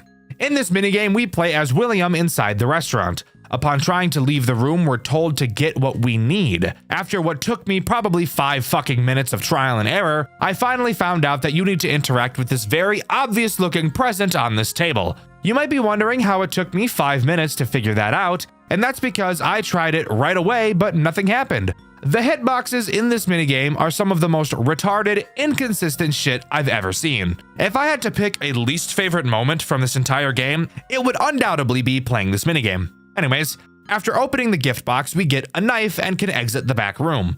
Outside of it, we find a crying child asking for his parents. We tell him we know where his parents are, and upon following us to the back room, we fucking murder him, smiling the entire time. What if I just don't? Can I just choose to like not do that? Maybe that's a crazy ask. Okay, I have to. Damn! Based. Based. Everybody, it's based. Based and Riz. Based and Riz, bro. Anyways, on to night 4. Night 4 has the phone guy relapse and completely break all of his progress he's made so far as he yaps until fucking 4:06 a.m. Jesus Christ, bro. There cannot be that much to talk about. And in truth, there really isn't. 80% of his phone calls are made up of awkwardly laughing at the unfunniest joke you've ever heard really slowly, and then pretending like the joke he said he didn't even say. Interesting. Let's just say the camera now has a new perspective on the floor tiles. Oh. Yeah. Yeah. I don't know. Phone guy is a character for sure in this game. Anyways, what's introduced? Night 4 introduces one new threat, that being Foxy. The final threat this game introduces, actually. And if you know my videos, you know I'm fucking lying and we're gonna introduce some more later, but fuck you. Foxy is probably my favorite character in this entire game, having his attack act as sort of a minigame reminiscent of Five Nights at Candy's 3. Very vaguely. Foxy will slowly appear out from behind his curtains, which, in all honesty, these Foxy frames are probably the creepiest frames throughout the entirety of this game, if I'm being honest. They're not like literally scary, but the positions he's in, mixed with how large he is, just makes him feel very uncomfortable. Anyways, how does he work? After he leaves Pirate's Cove, you will be able to hear him running towards either your left door or your right door, and very intense music will start playing like it's a fucking boss fight, which I think is really cool. If he runs towards your left door, all you have to do is close the door until you hear him bang on it. If he runs to the right door, all you have to do is hold your light on his face until he runs away. Where this becomes slightly reminiscent of Candy's 3 is that he will move around and attack multiple times, going back and forth between the two doors as many times as he'd like. Is it hard? No, and in fact, literally every other character pauses while Foxy is attacking you. So that's very RNG considerate. Thank you guys greatly. But yeah, that's about it. Pretty fun character overall. Gets your blood pumping a bit, especially when you hear the music that starts to play alongside it. But anyways, on to night 5. I lied. I have one other thing I want to talk about first. During the night 4 phone call, the phone guy mentions that one of the animatronics they were shipping arrived early and was like nothing that was written down to be shipped. A single endoskeleton with a weird model they've never seen before and very sharp fingers. They say they're leaving it in the safe room for now until they know what to do with it. First of all, I should mention that the safe room is a camera that you have never been able to access since the start of the game. The second thing to mention is that I'm not like an expert, and I'm really bad when it comes to the official FNAF lore, like criminally terrible, and if I'm being honest, I actually don't even like the official FNAF lore, and I haven't since Pizzeria Simulator. But that endoskeleton sounds a lot like the Mimic to me. Maybe I'm just a bit nutty, but I bet I'm not. 6 a.m., bro, let's do it. Easy peasy lemon dick. This is Henry Emily, the founder and, for better or worse, the sole person responsible for this place's continued existence. Oh my god, it's the fucking Mimic. So yeah, after beating night 4, we get a scrap minigame with what I can only imagine is the Mimic. And of course, this minigame works exactly how the minigames in Pizzeria Simulator work. Play some weird-ass sounds, document results. Watch the fucker across the table move in ways you'd really prefer it doesn't. You know, FNAF shit. Shit we're all used to at this point. But after you get jump-scared by the Mimic, we can talk about the pre-Night 5 minigame. Dexter, you've already said these don't change. Well, you're right. It really doesn't change from the other 4 we've done. However, on this night, we also get access to the admin panel where we can actually enable the safe room camera's access. Oh yeah, and we also see M2 plans that are redacted. I'm pretty sure being references to the Mimic, and Charlotte being redacted too. Dead kid stuff, who cares? I want to see this camera, bro. Oh, I see. Yeah, I don't like that. I don't like that one bit, I can tell you what. Well, we're gonna talk about those guys a bit later. For now, let's just talk about Night 5. Night 5 is pretty boring overall, being a harder version of Night 4. That is, until you beat it. That's when something I wasn't expecting to happen at all happened. Connection terminated. I'm sorry to interrupt you like this, but I'm afraid your time is up. Your curiosity and your need for answers are what first brought you here. And now, they have become your undoing. Because all those who enter this place are doomed to never leave. There are monsters who steal others' voices, monsters who steal others' souls, And then there is you, the one who craved to learn more than he should, and more than he ever will. You will not find the answers you seek here, only your ruin. But while your sacrifice will be forgotten, the impact it will have will not, as the wounds of the past left to fester can finally heal. There will be no more suffering, no more loss, only peace. Peace and a forgotten tomb sealed away, never to be opened again. It all ends tonight. End communication. Holy shit, we're getting a Golden Freddy boss fight, and it actually has the most badass intense boss music I've ever heard in my fucking life. Golden Freddy isn't very complicated, but he does attack you very quickly, so you'll have to stay on your toes. And of course, he has several attack methods at his disposal, which are all inspired by the attacks of the other characters in typical boss night fight fashion. His first attack has him appear at your right door. All you have to do is hold your light on him until he goes away. His other attack has him pull a Freddy and have you find him on the cameras. However, this one actually proves to be easier than Freddy is, since he actually only appears on 2 cameras, the back room and the entrance. And that's actually it. Dxtr, that's it? That's all the final boss of this game has to offer? Really? Hey, shut the fuck up. Look at how much time is left in this video. We're not done yet, bro. Sit the fuck down. About 30 seconds into the night is when you'll notice that all the other characters are still active. What the fuck? This is why Golden Freddy only has 2 attacks, because he's in addition to everything else you've already gotten used to, mixed with the incredibly intense music, the fire all over your screen, the shit in my britches. This serves to be one of the coolest boss fight nights I've ever seen in a FNAF game. It's so fun.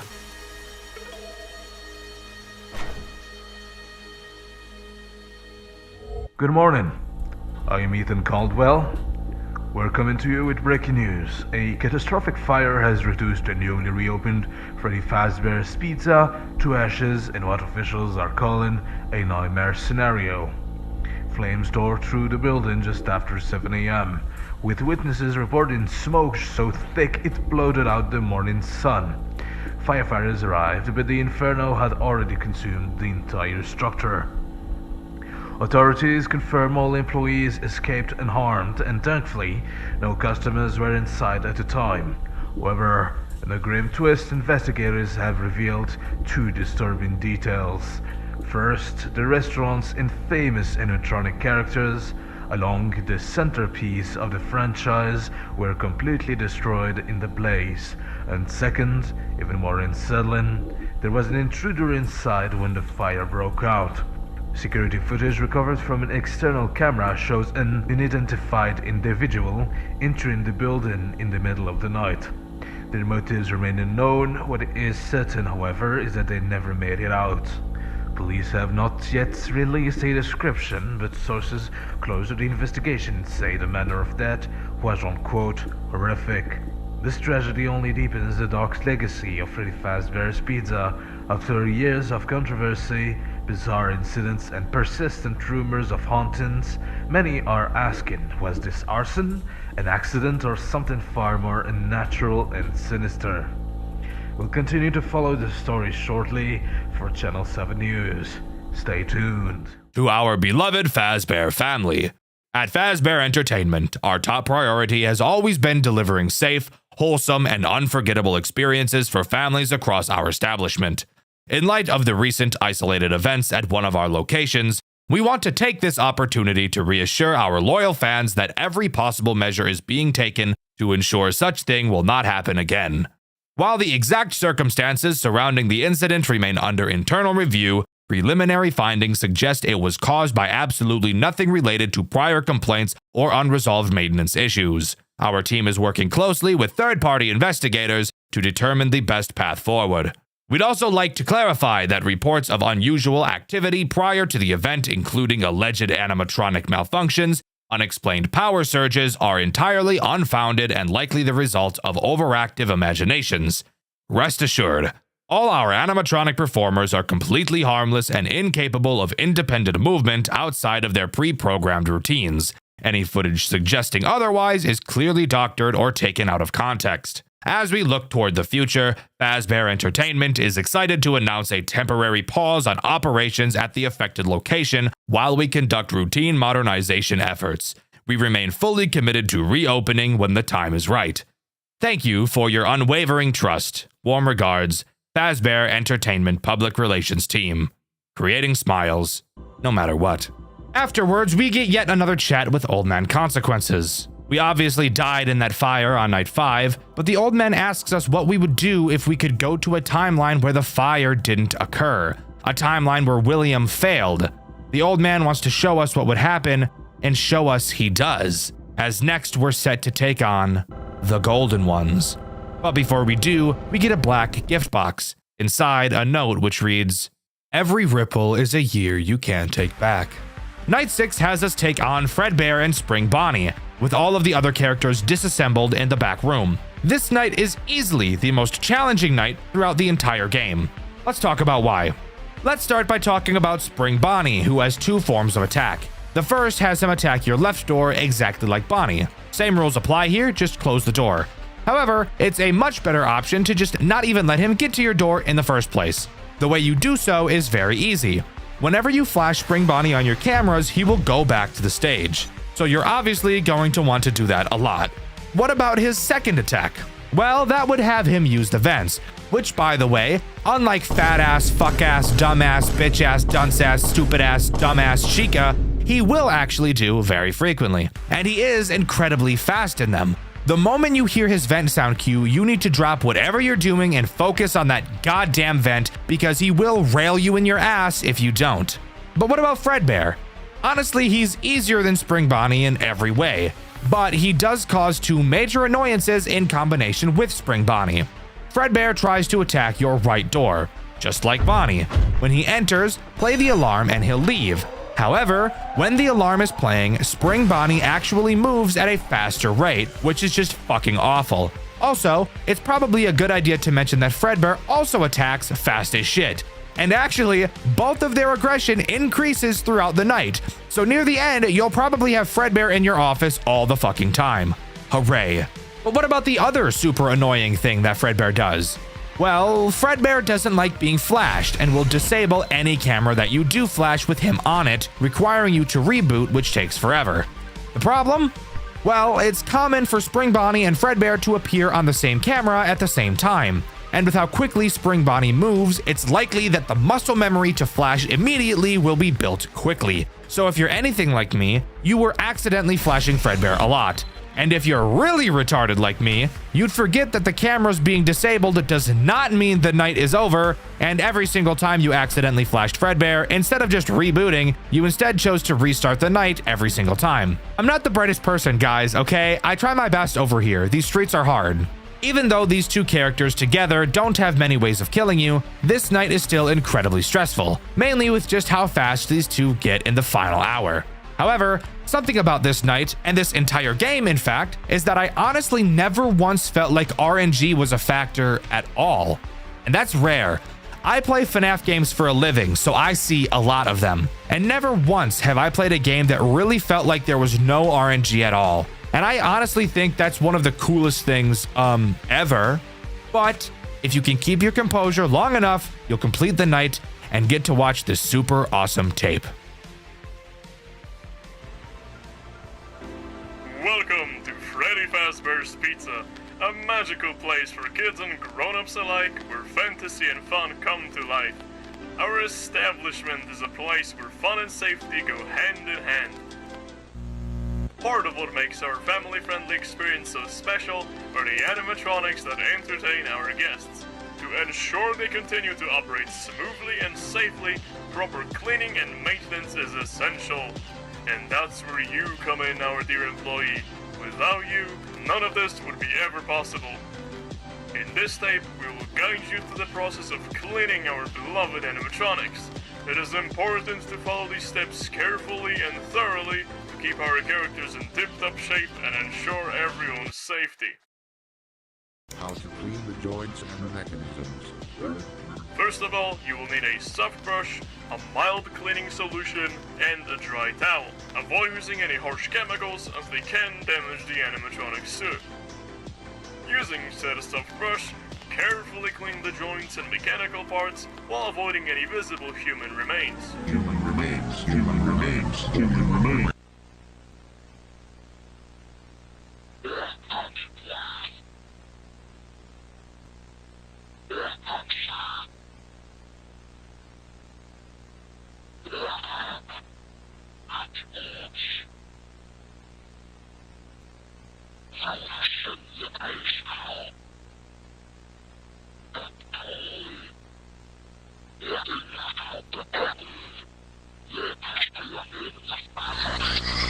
And once you finish cleaning, give yourself a pat on the back and a complimentary slice of pizza and climb into the animatronic.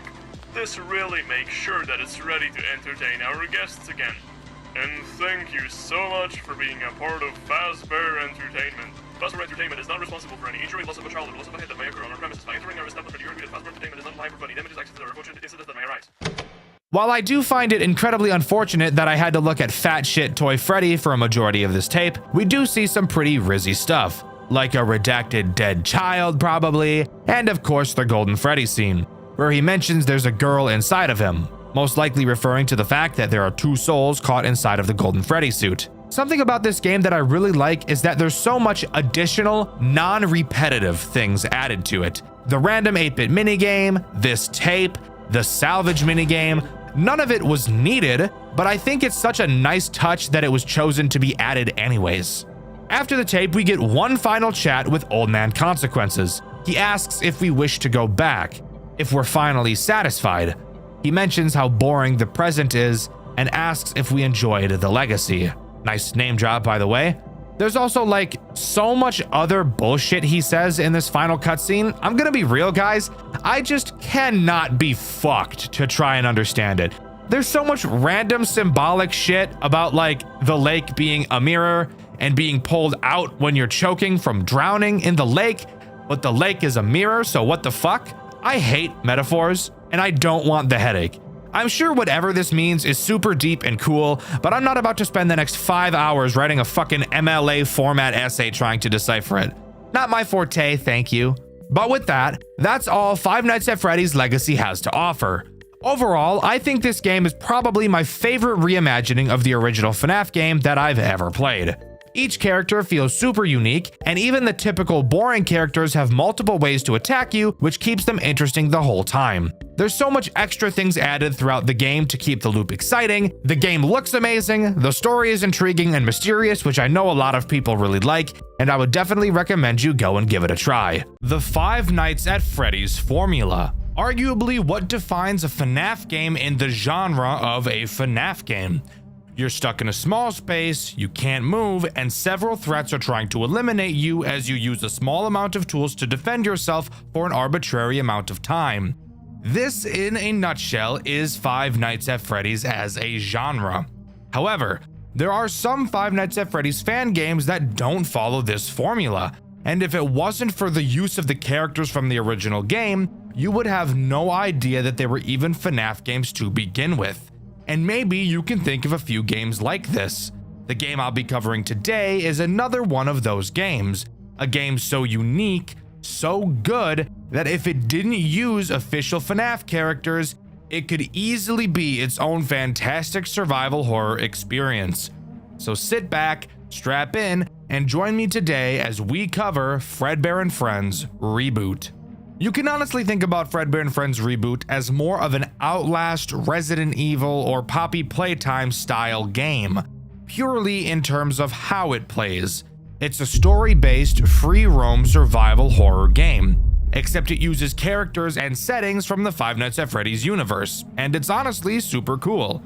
We play as a guy named Thomas. When this game takes place, the Fredbear and Friends restaurant had been closed for over 26 years. And together with our friends Chris, Ashley, and Richard, they all decided it'd be a great idea to do some urban exploring in the now abandoned building, not knowing that they were about to walk into a sick and sadistic death trap, the likes of which they'd never experienced before.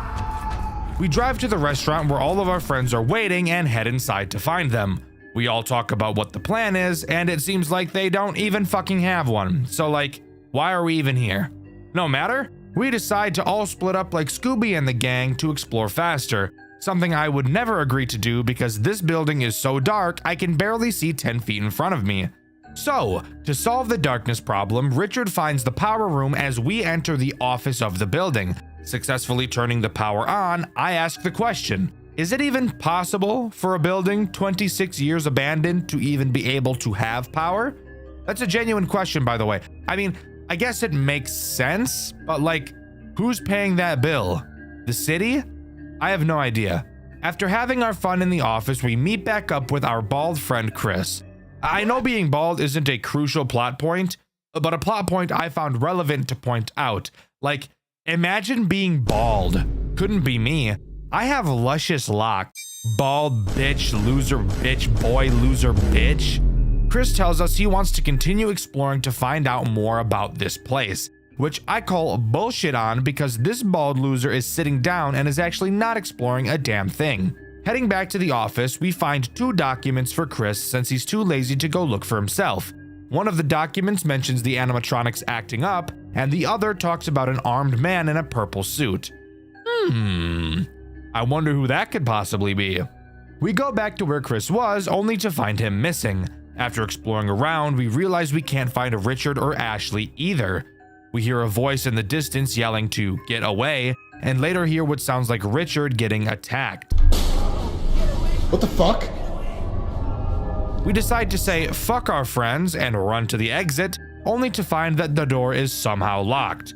We decide we need to go hide in the office since there's a door we can close to keep ourselves safe. As we run down the hallway, we run into Chris. Relieved, we go to greet him, only to watch him get snatched from something hiding in the vent on the ceiling, pulling him up into the ceiling and tearing him apart.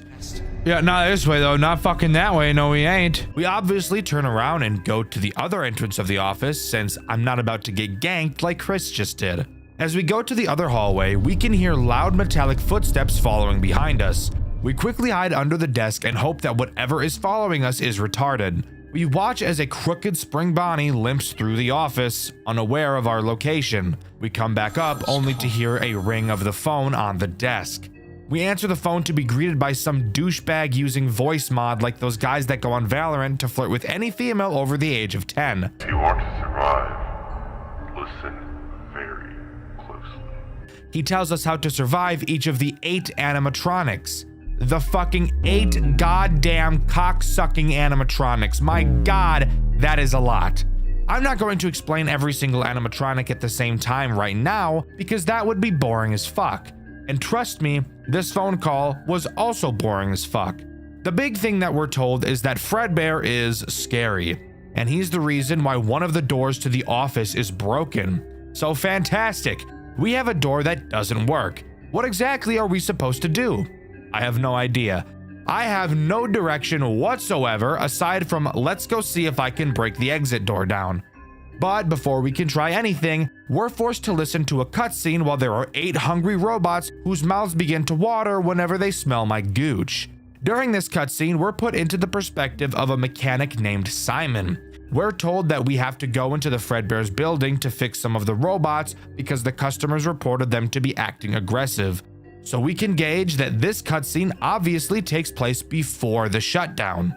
After this cutscene, we're actually put into the perspective of this mechanic as we head inside the building to solve the problem at 5 in the morning because as an engineer, we're on call all the time, yet still get paid like dog shit and are still expected to just wake up and travel at any time, even for the smallest of reasons that could 100% wait until my fucking shift starts. But alright, let's go I guess.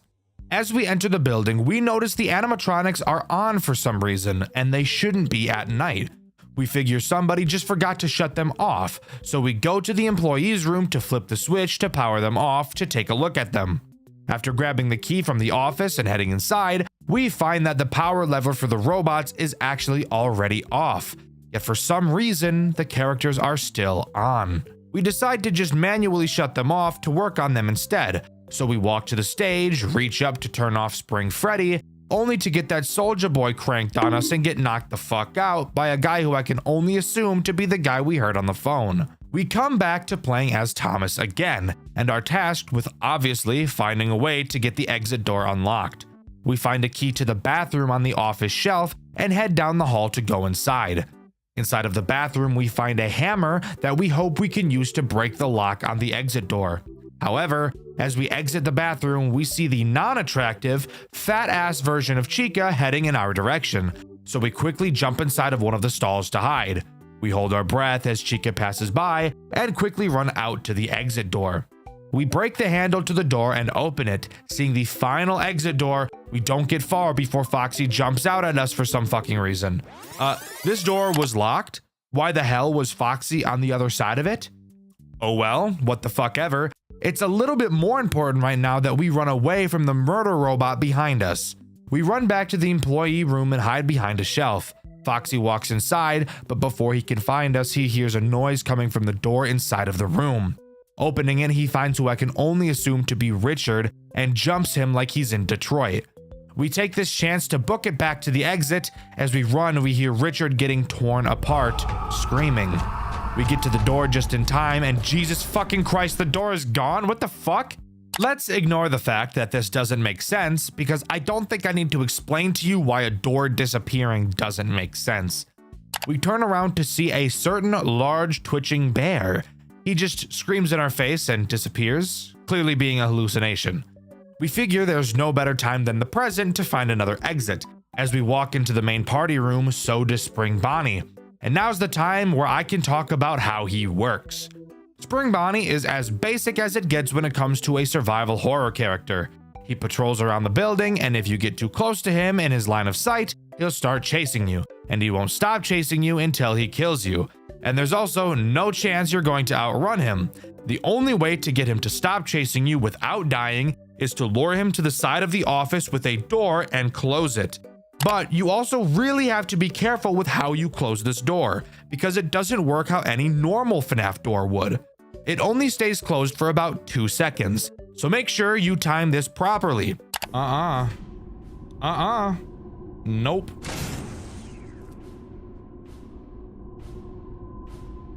Oh! I closed it! I fucking closed it! I fucking closed it! I fucking closed it! I'm dead. I'm dead as shit.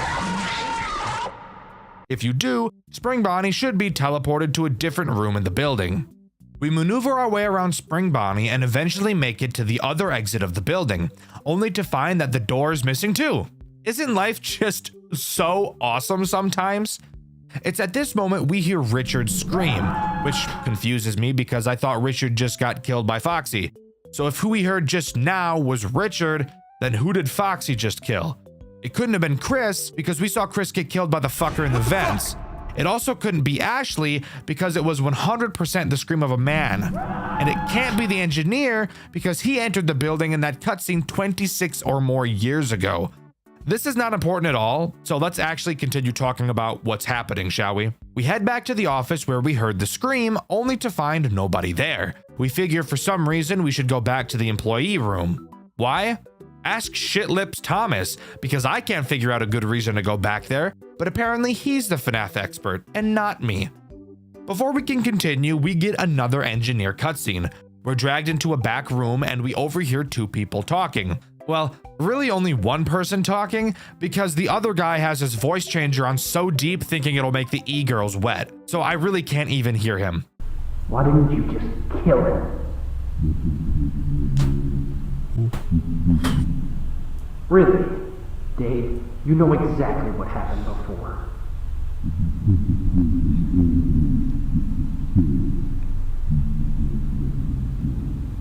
The voice I can hear sounds suspiciously like the guy on the phone who called us here at 5 in the fucking morning.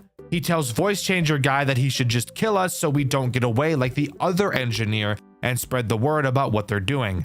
After not doing it, the phone guy decides to just do it himself, so he enters the room and stabs us to death. Fantastic. I really shouldn't have lived in Chicago. Everyone in Chicago gets stabbed. Going back to the employee room, we find the corpse of a police officer. Seeing that his radio had been taken, we now know that whoever is behind this really knows what they're doing. But we figure that because a police officer went missing, that other officers will be arriving at some point to look for him. So knowing all we have to do is survive, this game's most agonizing survival section finally begins. and I get to explain what all of the characters do in grueling detail, because they're all laid on us at the exact same time, and we're just supposed to remember what they all do from the 2-minute phone call we got 15 minutes ago. Hooray. Alright, well, the goal is easy. Just survive until 6 AM without getting found by any of the animatronics. Sounds simple enough.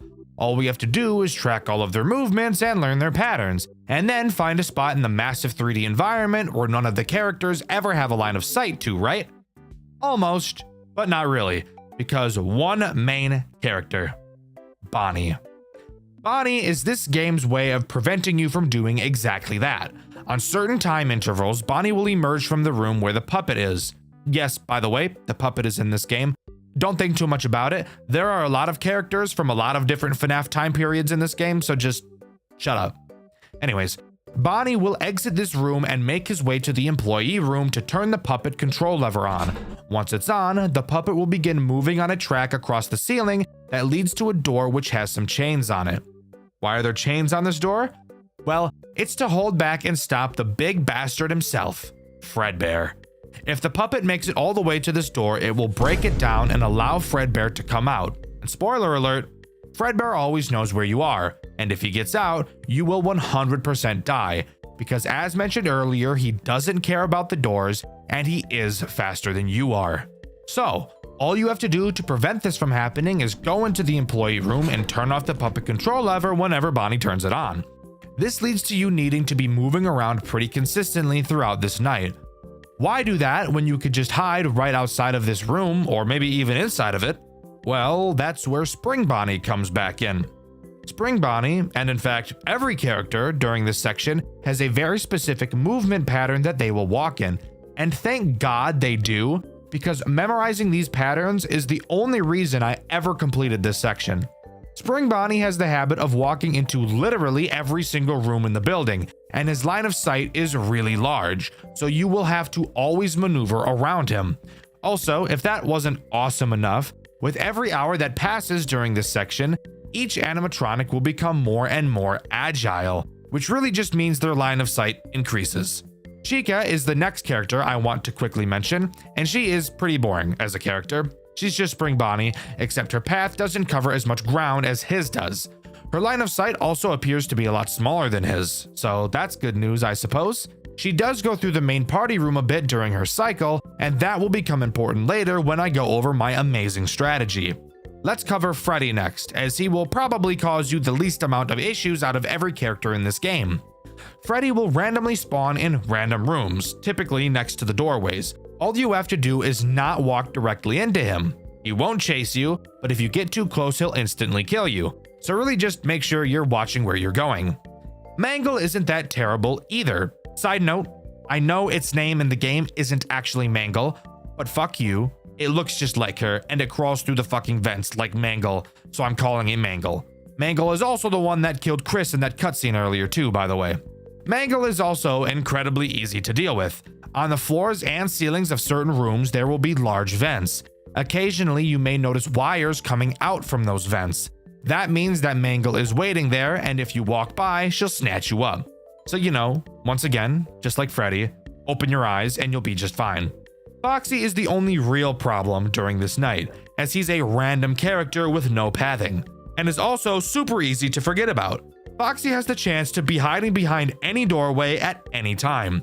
The only way to tell if he's there is by standing next to the doorway and listening for quiet breathing.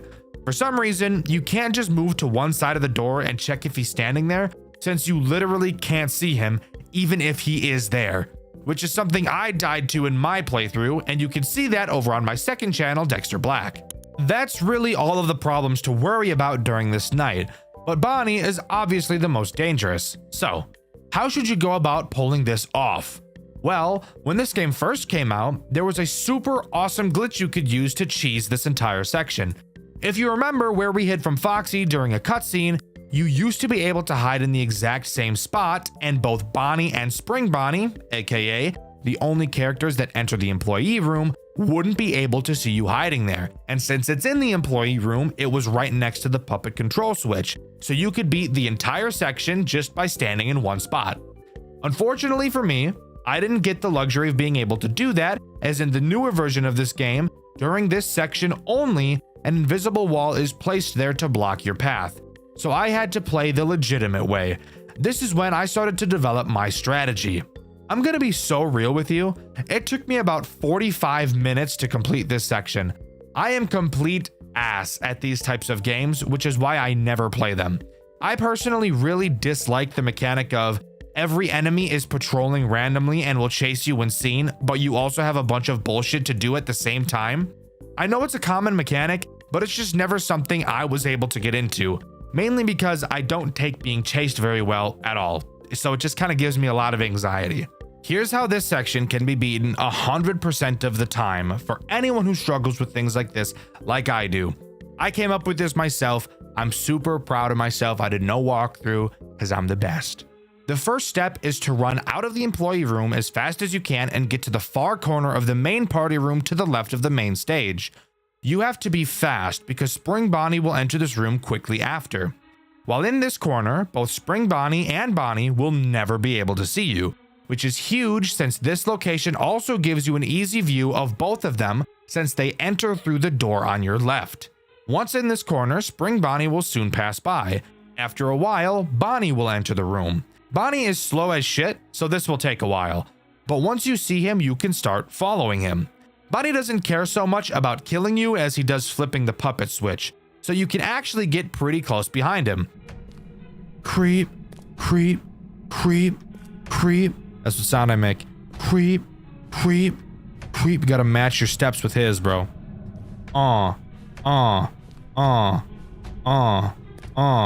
Boom, boom, boom, boom, boom, boom, boom. All good. But obviously, if you get too close, he'll still kill you. Once Bonnie leaves the main party room to enter the hallway, Spring Bonnie should be up near the office, so you don't have to worry about him. Take the time it takes for Bonnie to enter the employee room and flip the switch to stand by the doorway to listen for Foxy. Once Bonnie flips the switch, quickly enter the employee room and turn it off. After Bonnie flips the switch, he will exit the room through a door you can't even open, so you don't have to worry about him turning around. After flipping the switch, you want to run back to the main party room. At this point, Chica should be inside. She will walk around the tables and exit the room through the door that both Bonnies enter through. Simply be slow and follow her. Once she leaves the room, go back into the far left corner again. This is now going to begin the second cycle. This time, since the paths that Bonnie and Spring Bonnie take are much different in length, they will be a lot closer together. Bonnie will enter the room first this time, with Spring Bonnie directly behind him. Once Spring Bonnie goes up and around the tables, you can start slowly following Bonnie. At this point, you'll have to be patient, since Spring Bonnie will enter the entrance room, then travel back into the party room, and then go into the hall to the employee room.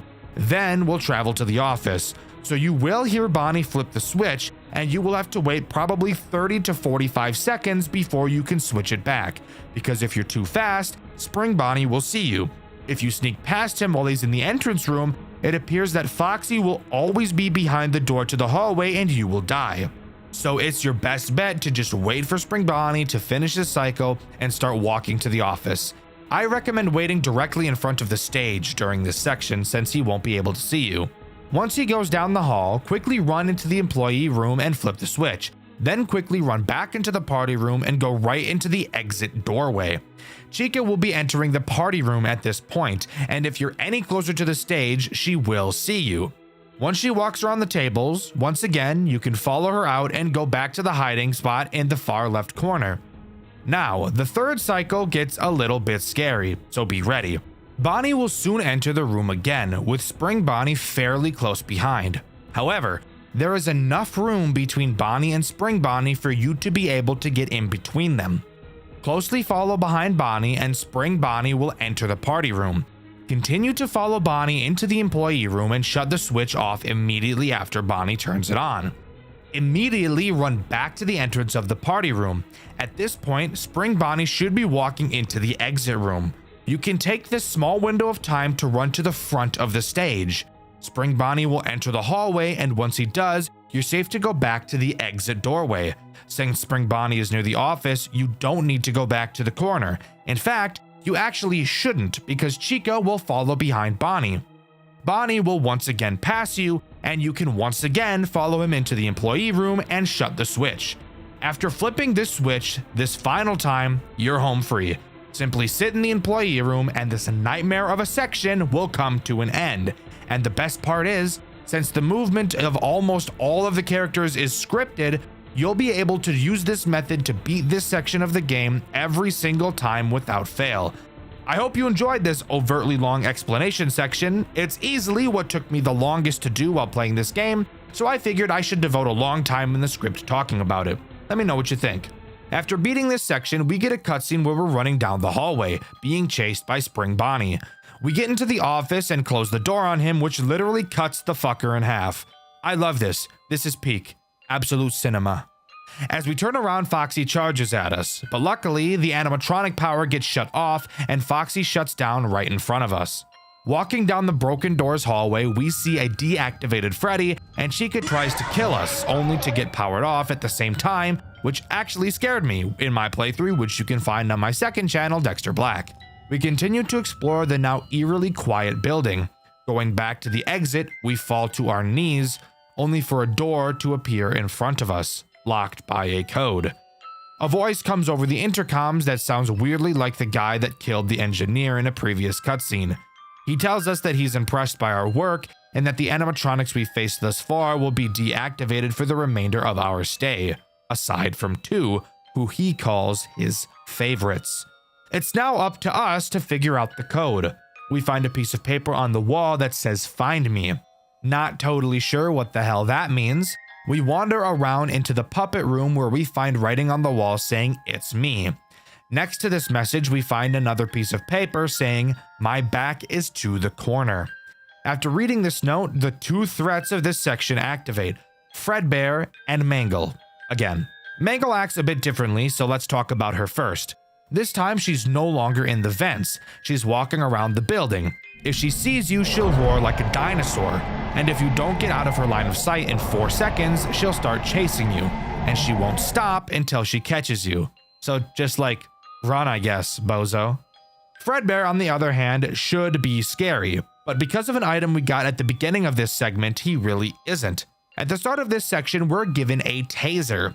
Fredbear will always know where you are and will constantly be crip walking towards you. Except, Fredbear while walking is very slow, so you can easily stay away from him. Every once in a while, he will also roar for some reason, and will then begin to charge at you. While he's charging, he will be faster than you, but when he gets close, use your taser to stun him and he'll go back to walking. So avoiding the threats on this segment is honestly a cakewalk compared to what we had to deal with during the last section. Now, I had a stroke trying to figure out what "my back is to the corner" meant. What you have to do is find Freddy, since his back is to the corner of the wall. Except not really, because his back is just to the wall, not really the corner. Regardless, on his back is another note stating Camera 2. I've neglected to mention the cameras thus far, but that's because they're literally completely useless for the most part. Throughout the building, there are several monitor stands where you can place your monitor, because I guess you can't just hold a fucking iPad with your hands. You instead need a holder like a toddler who blares annoying ass YouTube videos while in a public restaurant, and the parents just find nothing wrong with that since they'd rather have the internet raise them instead of them. Anyways, when you place the monitor down, you can look at the cameras. Big whoop. Using your eyes is better in a game like this because you can walk around freely. Regardless, looking at Camera 2 now, we find another message saying, "I'm here." Going to the location of Camera 2, you'll find another note saying, "Look up." On the ceiling, you'll find the number 7 and yet another note reading "Inside my head." What this means, if you weren't a genius like me, is that you have to go to Foxy in the office and look in his mouth. Inside, you'll find the number 3 and another note reading "Behind a curtain." Now, there are 3 curtains in this building, and you have to look at each of them in a specific order, which is dumb because all you're doing is looking behind them. Behind the last curtain, you'll see the number 7, and then some text reading "The safest place" will start flashing on your screen. Let's pause. I really don't understand why it wasn't just another note. This is supposed to be like an escape room set up by the guy that locked us in here. How the fuck was he able to make us hallucinate a phrase? I don't know. Let's move on. The safest place refers to the office. Going back to the office, we find another note reading the second digit. Obviously, the second digit is the number 3, as it's the second digit we found on this little scavenger hunt.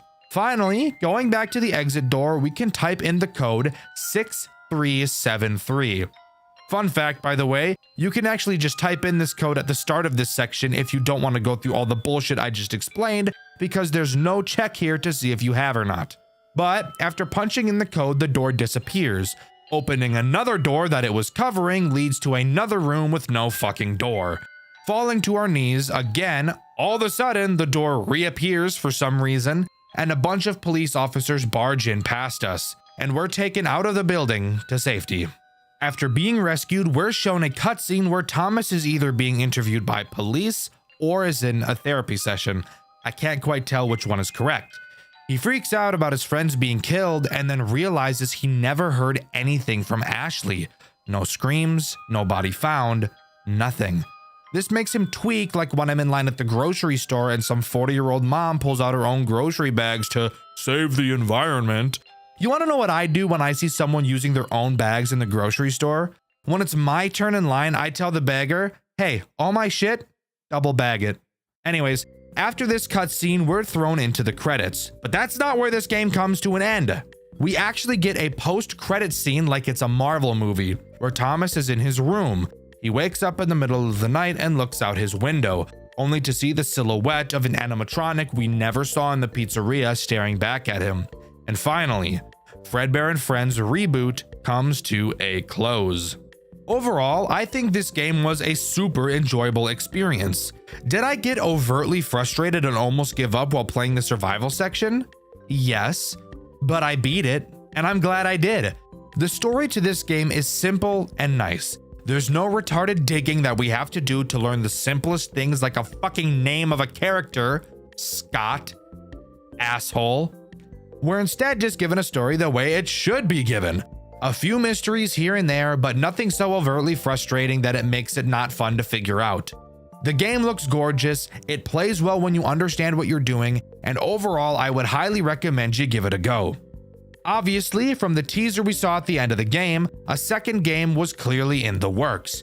But with no updates for several years, and it being confirmed that at some point the game's development was put on halt, and given the fact that this game came out 7 years ago, I don't think it's very likely we'll see Chapter 2 anytime soon. But hey, only time will tell. When you think of the best FNAF games, what games do you think of? What are your top 5 in terms of quality alone? I'm willing to bet that a lot of people share some of the same entries, and I'm willing to bet that the game we'll be talking about today is at the top of some of your lists, because it's definitely at the top of mine. The Glitched Attraction is a FNAF fan game developed by 2 18-year-old developers alone.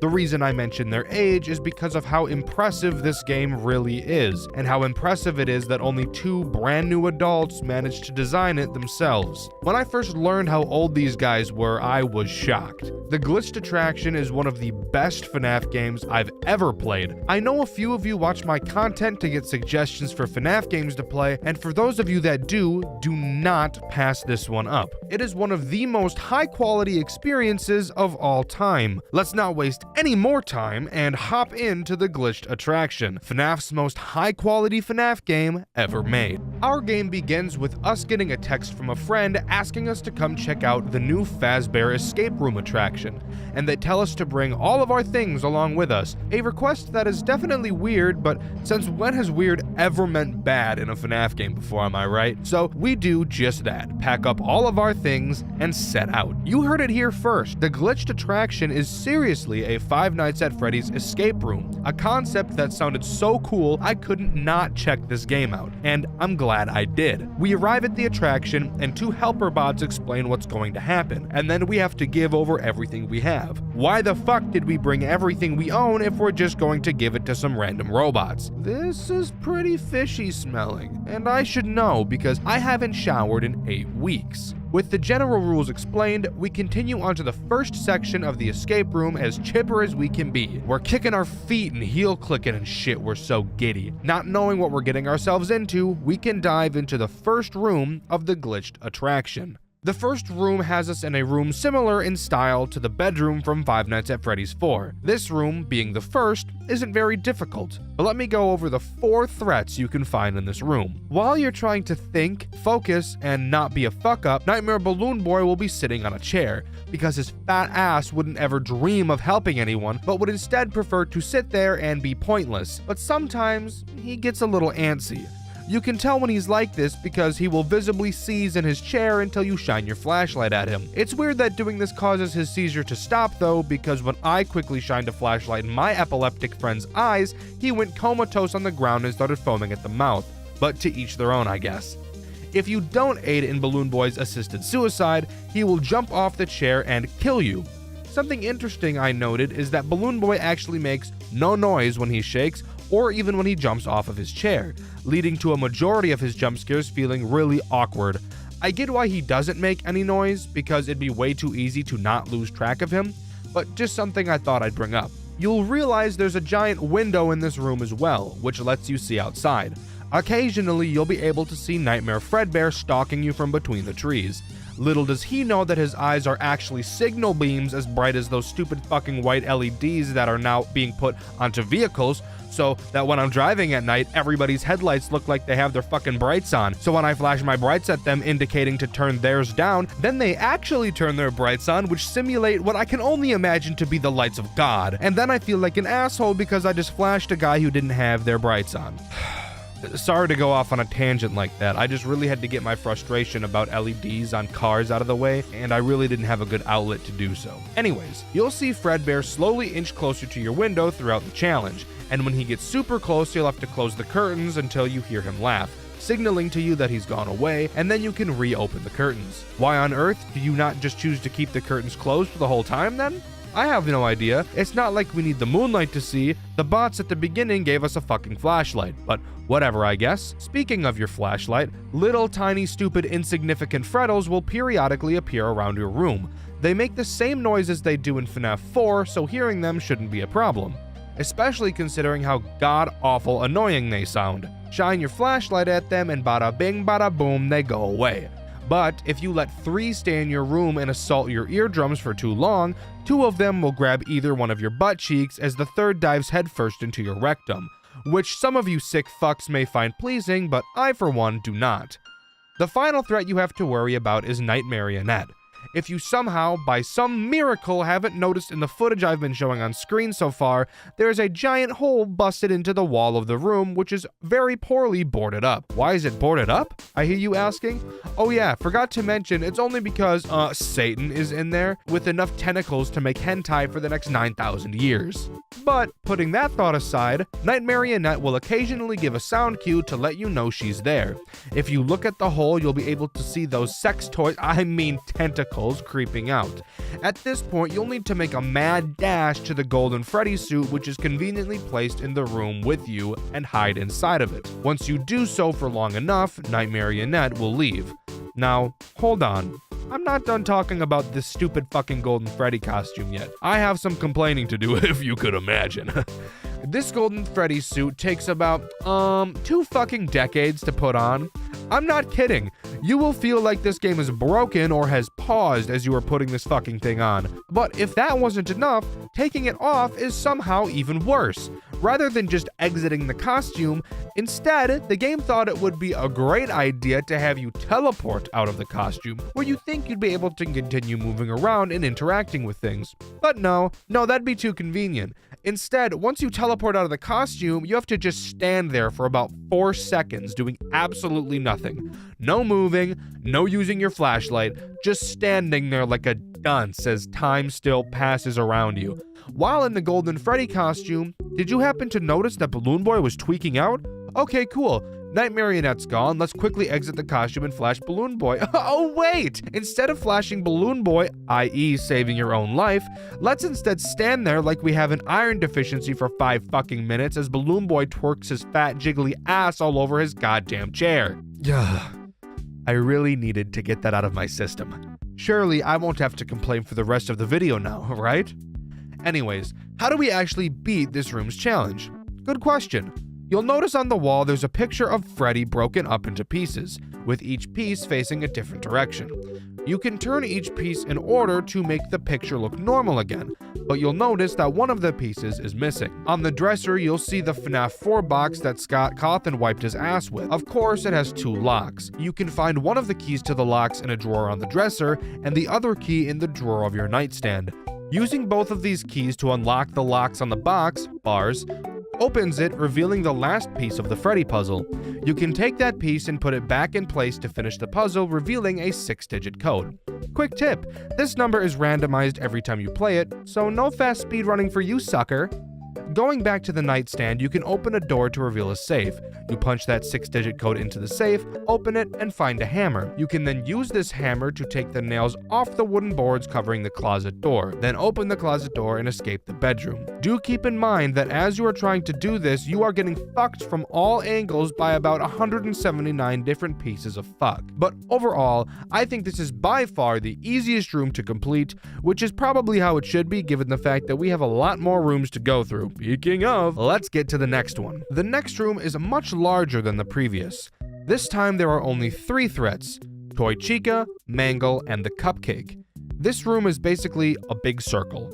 Chica will walk around the circle patrolling for you.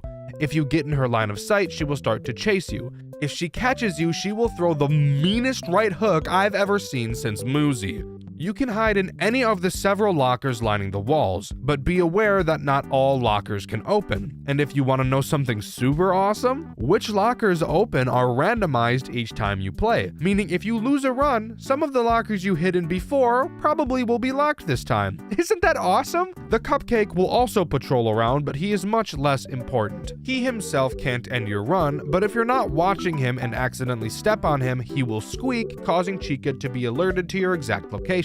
For me personally, I hate this type of mechanics in games. I want to note I don't think they're bad mechanics, I just don't like them. When there's a puzzle, I would like to be able to focus on the puzzle without having to worry about being chased at the same time. It also doesn't help that I don't handle being chased very well in any game, period. But it definitely doesn't help when I'm trying to focus on solving a puzzle on top of that. Just a me thing. But if that wasn't enough for my poor heart to handle, we have Mangle tacked on top of that.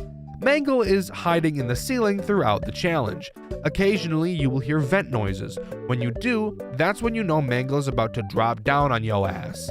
She has 2 possible drop locations. If you hear the vent noises on a side of the room that you're not on, you can safely ignore her as long as you don't then move to the side she's on. But if you hear her on a side of the room that you are on, you have 2 options. You can either A, move to the other side of the room, which might be a problem if Chica is over there, or B, hide in a locker. If you don't hide and Mangle happens to see you when she drops down, she will start to chase you.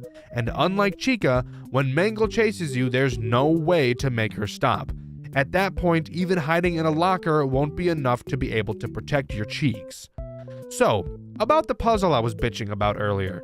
You'll notice a large door locked via a pin. The pin is 6 digits long and consists of 6 different symbols. Around the dark room, you'll have to find sticky notes on the walls that correlate each symbol to a number, which will give you the code order needed to unlock the door. If you couldn't have guessed, yes, this is also randomized each time you play. Simply find all the notes, type in the code, and you're done. Come on, you didn't really fall for that, did you? That was way too easy. This is a FNAF game, remember? And according to the FNAF game dev rules, difficulty equals quality. So let's make this as hard as possible. After opening up the door and flipping 4 switches to turn the power to the room on, a whole new world of fuck opens up to us, including a brand new threat, Withered Freddy. Withered Freddy sits inside of a music box, which I find weird because the marionette is literally in this room. I don't know why they didn't just use her for this mechanic, but whatever. Freddy's music box will slowly wind down, and if you don't keep it wound up, he will right hook, shatter the glass, hop out, and chase you. Just like Mangle, there's no hiding. If you hide inside of a locker, Freddy will stand outside of it and wait for you to come out. And when you do, you guessed it, he eats your ass. But because the devs of this game hate their players, if you wind Freddy's music box up too much, he will also shatter the glass and then shatter your sphincter. Cool. As if this wasn't hard enough for poor old Dxtr to handle. What do we have to do now? Well, inside of the room you opened, there's some shit on the wall and we need to find some gears to make the contraption work. Again, you will just walk around the room and find all the needed gears and put them back in their place. Once you do, a door on the opposite side of the room will open, and you'll have to make a sprint of fate over to it. And then finally, the room is complete. This room isn't bad by any stretch of the imagination. I actually really like the concept of adding another threat halfway through. I just personally hate it for reasons stated earlier, but that's just a skill issue on my part. Moving on. Do you like complex things? Well boy, do I have a treat for you. The third room challenge is a nightmare. Let's waste no time and do a Tolarian Community College level threat assessment. This room has 4 threats: Springtrap, Dreadbear, Phantom Foxy, and Phantom Balloon Boy. Phantom Balloon Boy is simple, so let's cover him first. He works just as he does in Five Nights at Freddy's 3. He can randomly appear on any of the cameras. If you look at him on the camera for too long, he will jump scare you and cause a video error. Except the video error in this game just means that the camera he jump scared you on can never be used again for the rest of the run, which I promise you is a very bad thing, and the reason will be revealed later. Phantom Foxy can appear in any of the 2 doors connecting to your office. If you look at him for too long, he will charge at you and jump scare you, causing a level of hallucinations to appear. If too many levels of hallucinations appear at once, it's game over. Now, let's talk about the real threats of this night: Springtrap and Dreadbear. Dreadbear can be seen on the cameras and will attack either one of your doors. Do note that you can close these doors and they each have their own power supply. But Dreadbear is unaffected by the doors and will break them down if they're in his way. You'll have to watch the cameras to see which door he will be attacking, and when you see him charging towards one, you will have to hide under the desk on the opposite side of the desk to where he is coming from in order to stay out of his line of sight when he enters your office. Eventually, he will leave and you'll be safe to come back out. Springtrap is a goofy little thing, to say the least. Springtrap will climb through any of 3 vents, which you can see on the cameras. 2 vents bring him to your respective office doors, and the third leads to the vent that is directly above you. If you see Springtrap climbing through a door vent, you will have to simply close the door to the side he's going towards. If you see him climbing through a vent that brings him to the top of your office, you'll need to quickly turn off the power to the office and hide under your desk. He'll drop down, and once he can't see you because the lights are off, he will leave. You got all that down? Good. Because we have a whole load more of fuck to talk about next. That being, how do we escape this room? Well, the goal is to open a tiny vent near the ground beneath the TV screen. To start, you'll want to check near the desk to look for a code. It's random every time, and where it appears next to the desk is also random every time, so have fun. Once you get the code, you head over to the TV screen and press Developer Mode, and then type in the code you found in your office.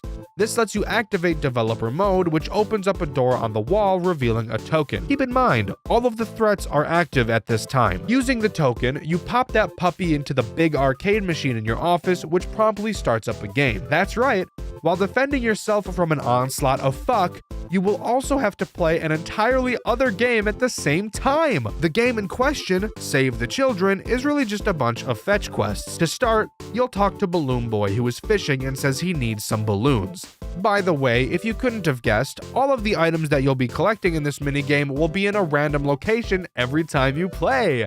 Because God hates you. When you bring the balloons back to Balloon Boy, he will give you one of the fish he caught. Then you need to find Old Man Consequences and give him the fish, since the pond he's fishing in doesn't have any. Once you give him the fish, he gives you a lily pad for some fucking reason.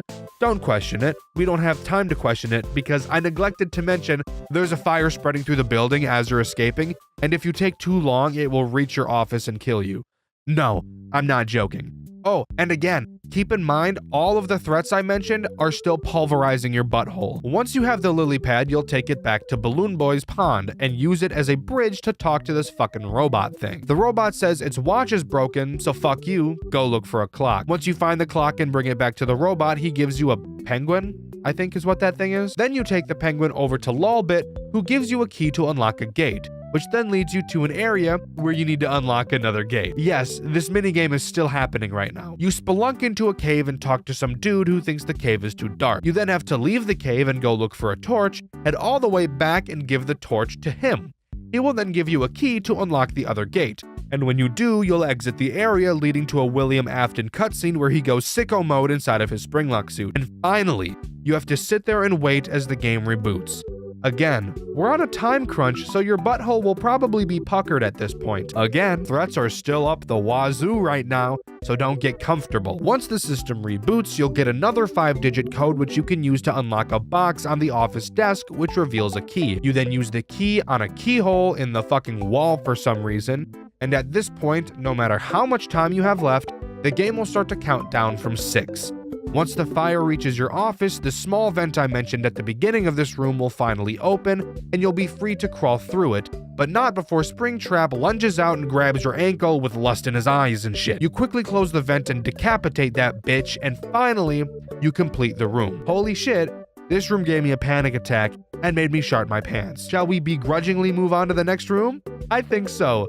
Let's keep this gravy train rolling. Do you enjoy having headaches? If you do, this next room is for you. Let's go over it together. I'll hold your hand. This room is made up of 2 hallways, 2 windows, and a bunch of screens, a small elevator, and a life-size 7-foot-tall circus baby animatronic. The goal of this room is to put baby back together, but I'm getting ahead of myself. Let's first go over the threats this room has to offer. The first threat is Ballora. At times you will hear her music box begin to play. Depending on which side of the room you hear the music coming from, you'll need to go over to that side's hallway and press an electric shock button that will electrify the doorway, shocking Ballora and making her go away. If she gets in, I'm guessing you can figure out what happens next. Ballora is the easiest threat. What else is there? Well, the 2 other threats are Funtime Foxy and Funtime Freddy. Occasionally, you will hear a gurgling sound cue, letting you know something is wrong with either Foxy or Freddy. You will have to run over to the windows and turn on the light to their room to see where they are. Starting with Foxy, if you see him doing the thug shaker on stage, you just press his shock button, and he will go back to how he's supposed to be. Be careful though, if you shock him too many times for no reason, he'll eat your ass like it's an all-you-can-eat buffet. Freddy, on the other hand, is slightly different. His light button doesn't work. Similar to Sister Location, while looking at him, occasionally sparks will fly out of the wires in his room, briefly illuminating. In this small window of time, you'll be able to see where Freddy is located. He will slowly make his way towards the window, and if he gets too close, you guessed it, ass in his mouth, eating it like a cupcake. If you see Freddy getting too close for comfort, you press the tape symbol button, which will make Bon Bon tell Freddy to get the fuck back on stage. And he promptly will. Again, like Foxy, if you push the tape button too many times for no reason, it's time for the bite of 87 on your asshole. Now, back to putting Baby back together to complete the night. You'll notice that Baby is missing both arms and both legs. The first thing you'll need to do is find the Baby chip hidden on the desk somewhere and plug it into the monitor. For some reason, we don't plug it into a computer, but I guess that's not really important now, is it? Once the monitor comes on, we need to call for Baby's different pieces, starting with her arm. The general goal is to get each piece of her delivered and then fuse each of them to her body. Before I get to the fusing part of this process, let me bitch about the delivery process. So obviously, delivering the parts will take time, which isn't what we want because, as usual, we're on a timer here. And because of it, the devs thought it would be oh so funny to have some of the pieces come in broken. And once you put them on and try to fuse them, only then it will tell you it is broken and won't work. And you'll have to take the piece back off, return it, which also takes time, and then order and wait for another piece to be delivered. Why was this necessary, guys? What neuron fired off in your brain that made you think, how can I be Satan today? Anyways, let's talk about fusing, because this is really where the headache of this challenge comes into play.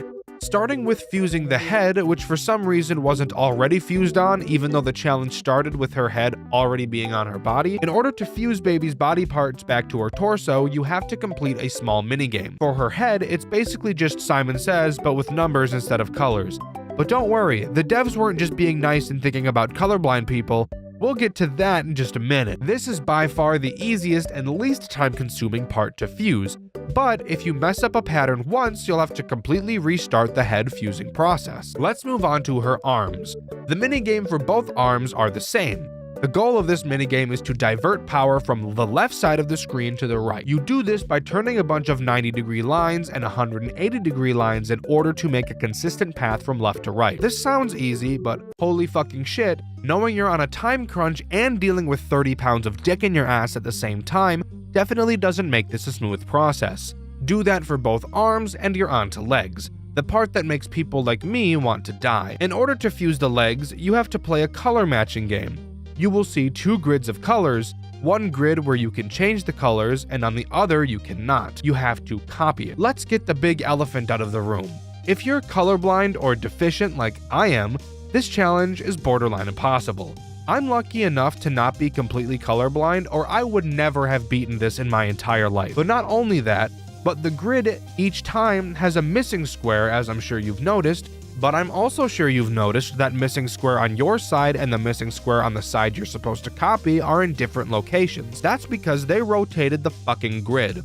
Talk about a headache, am I right? Maybe I'm just brain dead when it comes to this, but trying to comprehend where each color should go when it's rotated was just not a fun experience at all. I'm not even going to lie to you. But once you finally finish fusing all of Baby's pieces back together, a voice will come over the speakers telling you that all of the animatronics have been deactivated, and that you should exit through the hall on your right. When you do, you'll be led to the sister location elevator. Getting inside, it will slowly descend and then stop. You'll hear something laughing at you for a while, and then the elevator will suddenly drop and you die. The end. Game over. Okay, not really. That's just the transition to the next room. Are you ready? Because I sure as fuck aren't. Why did we agree to come to this place? It makes no sense. How does this place even exist? I could have died a solid 276 times at this point, and we're not even done yet. Someone needs to get this place investigated by the FBI because this is some bullshit. What a waste of a Saturday, am I right? Anyways, let's move on. After laying on the floor for approximately 8 days, we finally wake up from the fallen elevator. We walk past a large window and see the characters we just went up against. After the events of the last room, these little tiny robot things apparently grabbed all of the characters to bring them to the scooping room. And this room is presumably that. While we look across the floor of once familiar corpses, the bane of my existence and the shit in my diaper emerges from the tangled mess of wires. Ennard. This guy is the single reason why it took me so long to make this video. Why it took me a month to beat this game. For most, it certainly wouldn't have taken this long, but for me, oh my lord, this next room will give me flashbacks like Charlie in the Trees for the next 5 decades. And possibly until I reach my grave. Remember the second room? How I mentioned I don't handle being chased very well? This room made me question if I would be able to continue making videos on this channel, or if I would have to jump ships to another genre to make review videos about. I'm not kidding, not even a little bit. I originally intended to beat this game on stream on Dxtr Black, and you can still see my first stream about this game where I gave up on room 2. Well, for the people who tuned into that stream, know now I didn't give up. But you should also be grateful that I didn't stream this entire process because I spent tens of hours trying to beat this next room alone. Let me explain why. Room 5 is the epitome of everything I hate in a horror game. Literally all the way down to the last detail. I'll give you a warning right now. This is 100% a me problem and is totally my subjective opinion. So, the only threat in this room is Ennard. Thankfully, there aren't any more, but dear lord, Ennard is all it needs. In terms of where we are story-wise, the elevator crashing was definitely not intended to happen, as upon beginning this room, we don't get a monitor telling us what our goals are. This is cool as a passing thought, but it's not really cool when you stop to think that there is absolutely nothing to explain what it is I need to do to complete the challenge. Upon beginning, we're given a wind to power flashlight and some writing on the wall telling us to light up a solar panel using the flashlight. Now, I'm already going to pause real quick. We're being shown a new mechanic, the wind up flashlight and solar panel. Cool. Now tell me, do you suspect we need to light up solar panels ever again in this entire challenge? Or the entire game? I'm assuming you said yes, but you'd be completely wrong. No, there's not a single other solar panel in this entire game. So please, tell me, why the fuck were we shown this?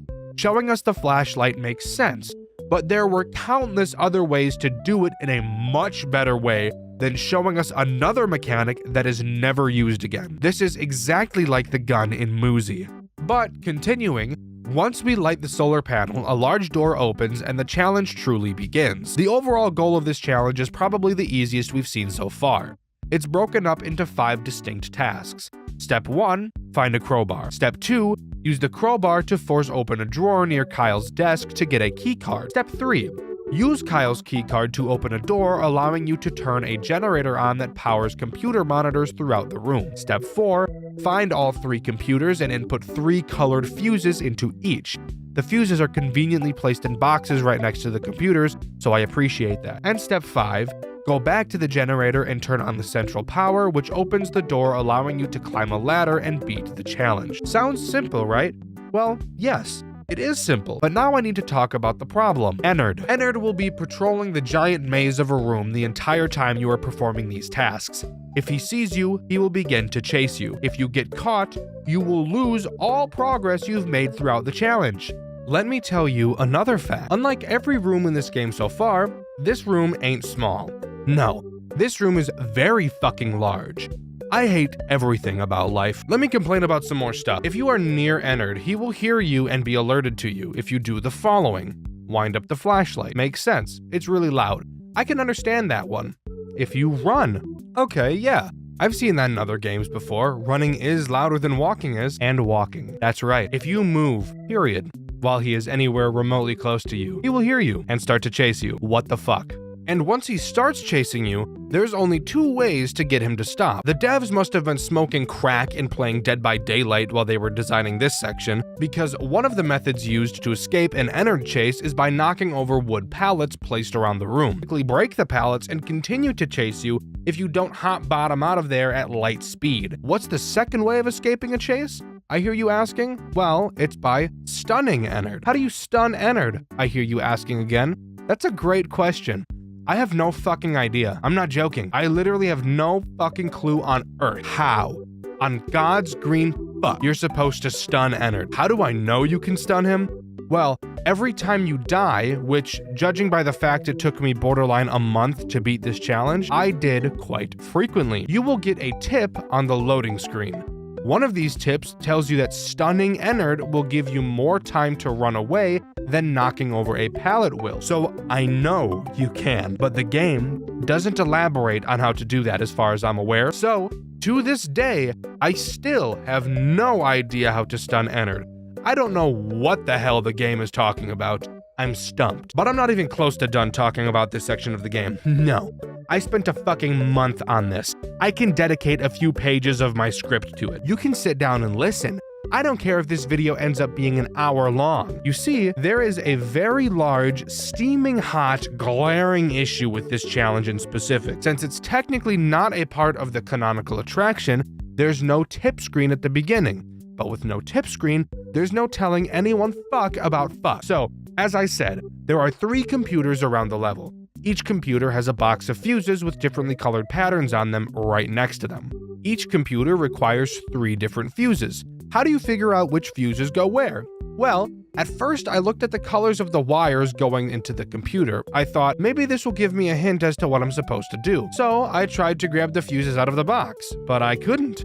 So then I thought, oh, maybe these aren't the fuses, and the actual fuses are randomly placed around the map. So I went to look. I looked, and I looked, and I looked, but I never found any fuses. Eventually, I died for probably the 48,000th time to see a tip appear on my screen. You won't be able to pick up fuses until you turn on the monitors. You didn't think to tell me that?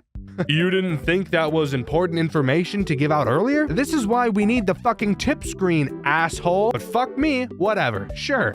So then I started trying to figure out how to turn the monitors on. I tried seeing if I could press the buttons on the monitors, but that didn't work, so then I decided to try and find something else to do. Eventually, I found a note next to a door mentioning that Kyle leaves a keycard in his desk to open said door. Okay, cool. Something to do has just fallen into my lap. Let's go find Kyle's desk. Luckily for me, desks are in the same location every time you play, so we don't have to worry about those being randomized. After looking for a very long time, because again, I don't handle being chased well at all, it's like I fucking lock up and start freezing. I don't know what's wrong with me, I just can't handle it. So, most of the gameplay boiled down to me moving incredibly slowly and taking way more time than I ever needed to complete this challenge. But that's how I personally had to do this if I wanted to play it myself, which is also why the footage you're watching right now isn't mine. Thank you, Kono and Indie Fuel. I eventually find Kyle's desk to then find another note from Kyle mentioning that you need a crowbar to be able to open his drawer with the keycard in it. Fuck me. So, after searching for another 100 years, I find the crowbar on a desk and use it to open the drawer to get the keycard. 400 hours and 2,000 deaths later, I use the keycard to open the door and find the generator inside. Flip the switch and boom, the computers are now on. Now, 5,000 deaths later, I finally get to the point where I can pick up the fuses and match the correct fuses to the one shown on the screen. After 25,000 deaths, I managed to correctly match the fuses of all 3 computers. Keep in mind, every time I die, I have to completely restart this entire process, all the way back to shining the flashlight at the solar panel.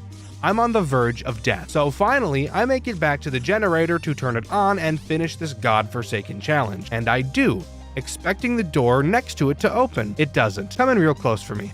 Come in real close. This fucking door needs a separate key that spawns randomly in the level. I'm going to clench my teeth together so hard that they shatter into a fine powder. This right here is what took me the longest. So finally, after 100,000 deaths, I finally get the key to the generator to unlock the door. Come on real close again for me, real close, one more time. Take a guess what's in this room. Is it the exit to let me move on to the next challenge?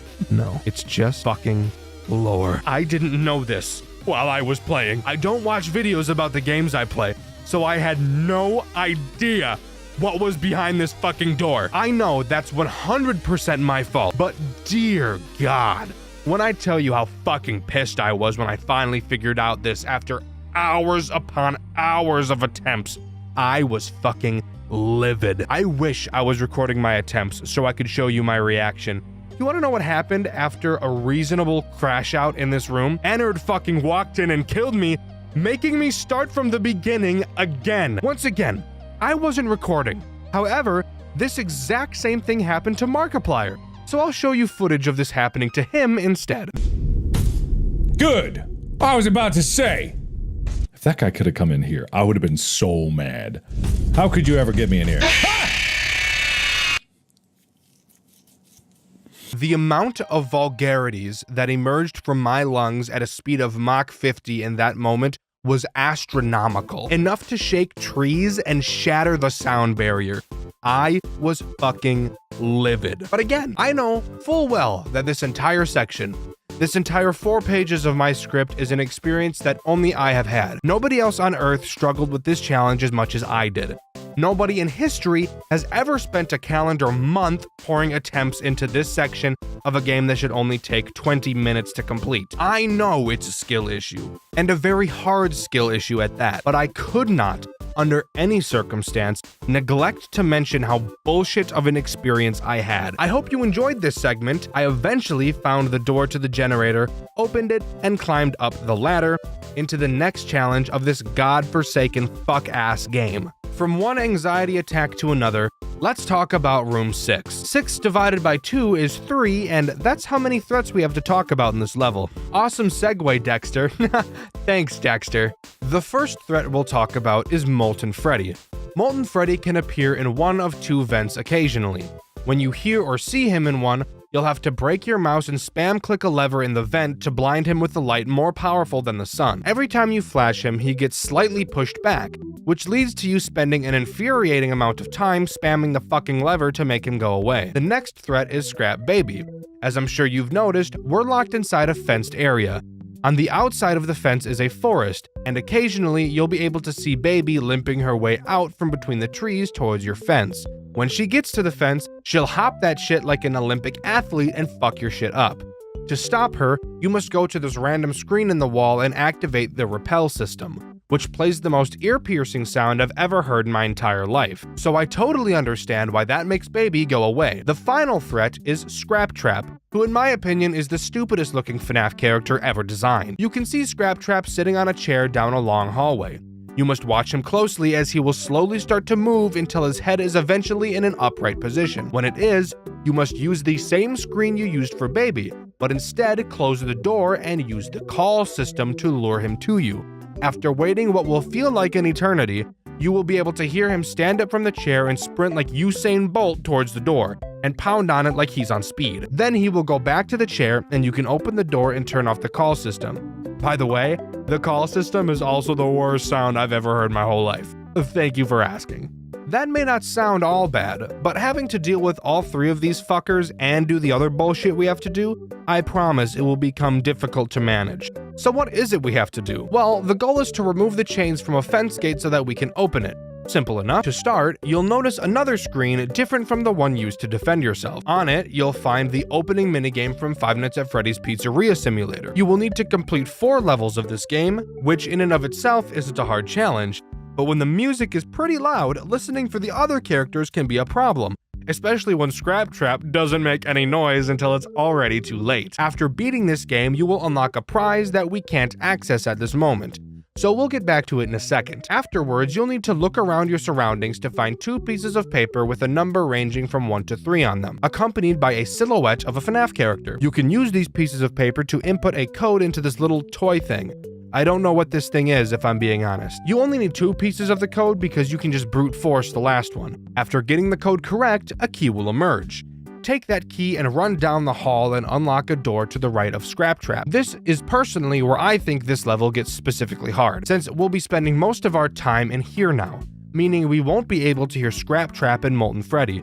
So if you forget to check on them, it's basically GG's. Inside this new room, we can finally obtain the prize we got from beating the Pizzeria Simulator minigame, a Faz coin. You'll notice a projector that's projecting a cut-up piece of paper on the wall. If you pull a lever on the same wall, this tiny little Freddy I can't remember the name of will try to read the projection. But he obviously won't be able to do so because it's only a small piece of a paper, you fucking idiot. Using the Faz coin, you can go back into Scraptrap's room and insert it into Rockstar Freddy's stomach, and then press 3 buttons on his body in an order listed on a piece of paper.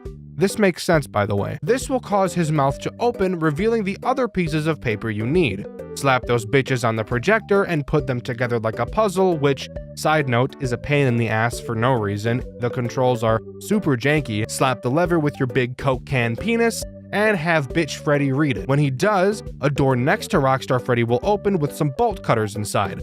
You can use these bolt cutters to cut the chains off of the fence and escape this level. This level might not seem as difficult as some of the other ones have, and while none of these levels are particularly difficult in terms of what you literally have to do, all of the levels, and this one specifically, build up so much stress and really test your nerve control. After jumping down some weird looking cellar door, we enter a new room with a computer in it.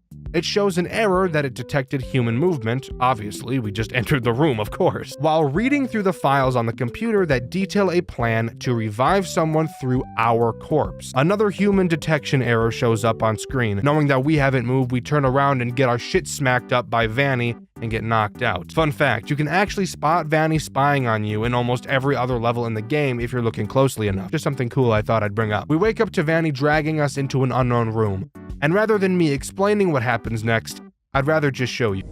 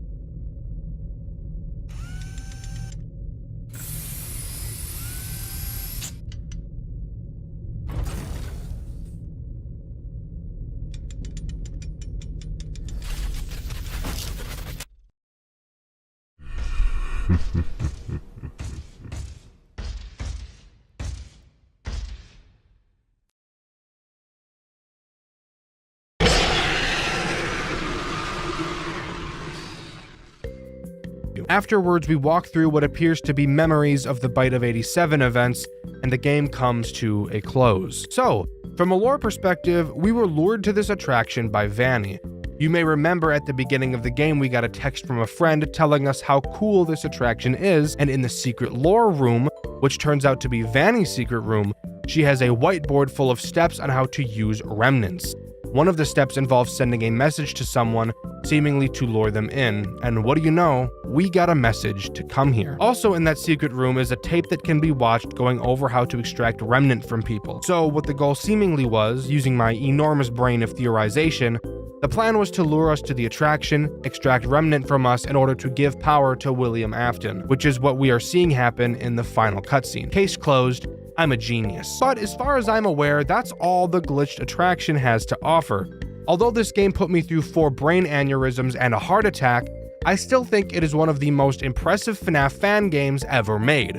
The amount of detail, skill, and effort put into this is only matched by the other kings of FNAF games, and that cannot go overlooked. I highly suggest you give this game a try, even if you think it's too hard. I don't think you'll regret it. Sometimes, while digging through GameJolt for a FNAF game to play, I find a game that feels like it's inspired by FNAF rather than being a fan game. And it's usually these games that get me super interested in them, their stories, characters, and gameplay loops. By the way, don't sort the FNAF section of GameJolt by newest. You will find some of the weirdest, most god-awful, foul, slapped-together games of all time. Before we start, at the end of the last video, I asked you all what your favorite Five Nights at Wario's 1 character was and why. My favorite answer was this one from Platinum Comet. Not only did they share the same favorite character I had, but they also provided a really good explanation as to why. If you'd like a chance to get your comment at the beginning of a video, stick around to the end when I ask another question. Anyways, a few days ago, I found a FNAF game that blew me out of the water, which is really a good thing because I'm very scared of bodies of water.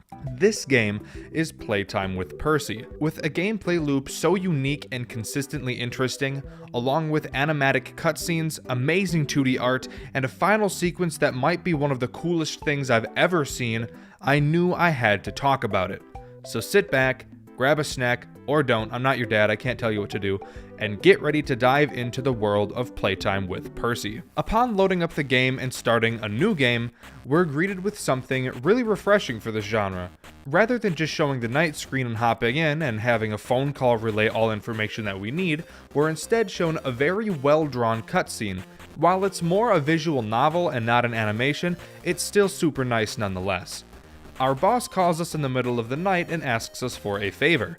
Even though we were laid off from working at Percy's Playhouse, the location where this game takes place, our boss asks if we'd be willing to do some work for the week as he plans to shut down and have the building demolished on Friday.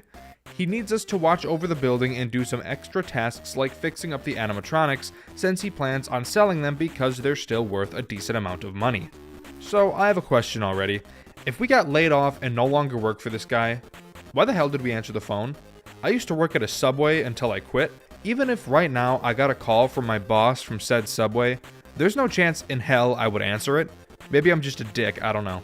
We agree to help our boss for $250. That's it. The whole week. Monday through Friday, $250. Our character, Nick, was happy to accept that. Either this game takes place in 1920, or Nick is the poorest human being on the planet Earth. Unlike most FNAF games, the way this game's gameplay loop works is actually really interesting and a lot different. Each night you do a normal office section, but then afterwards you do another survival minigame that changes with each night. So let's start with Monday. On Monday is where we obviously learn the basics of how the gameplay works.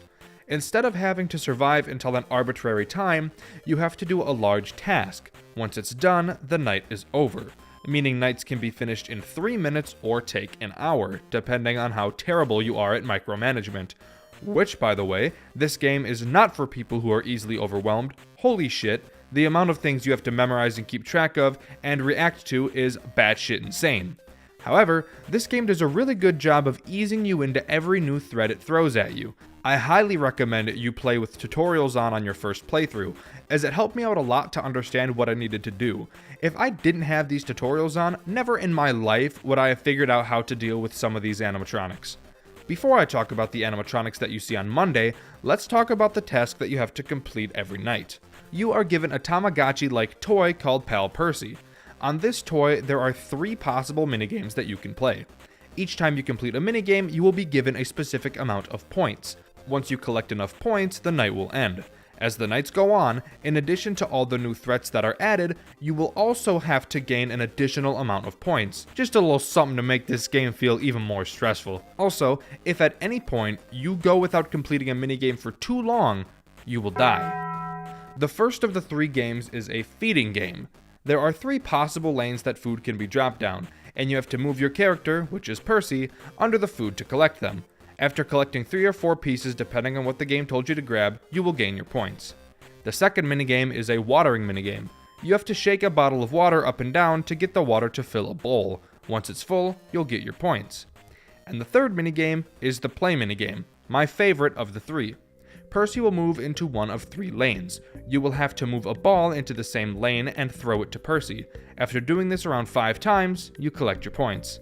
Now, you're unable, most of the time, to do the same minigame multiple times in a row, forcing you to become efficient at all of them.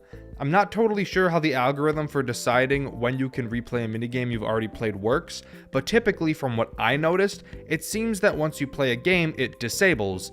Then, when you complete the other 2 games, it will be enabled again. But keep in mind, that's how I think it works, and I could be, and probably am wrong. The other tool you get is a camera system. Pretty basic stuff, you can see where the animatronics are. FNAF, let's talk about the animatronics. The 2 animatronics on this night are Charlie Cat and Mother Moose. They both work the same way, with a small difference. Both characters will move around the cameras until they enter one of your 2 vents. If you look to the left and rights of your office, you'll be able to see these vents. Now's a good time to mention that I was playing this game with the additional cues setting enabled. I'm not sure what changes if that setting is off, so if your gameplay has some inaccuracies with mine, that setting I turned on is probably why.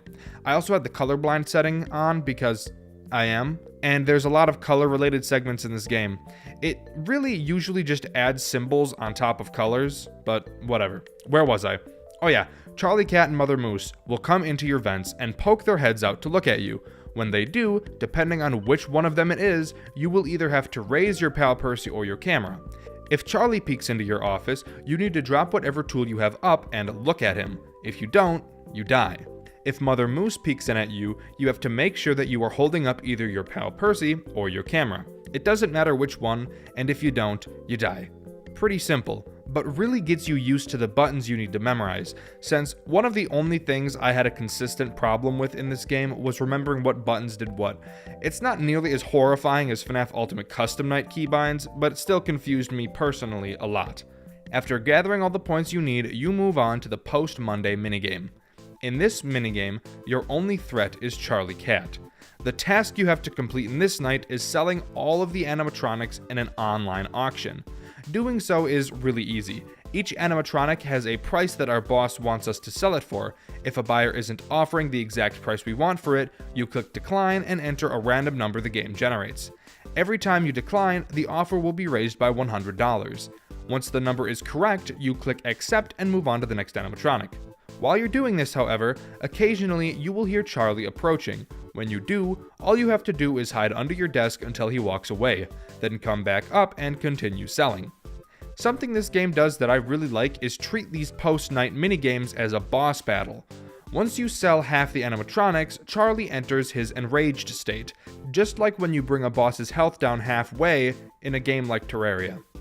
When Charlie Cat is enraged, he will come to find you more frequently, you will have less time to react to him, and he will stay in your room longer.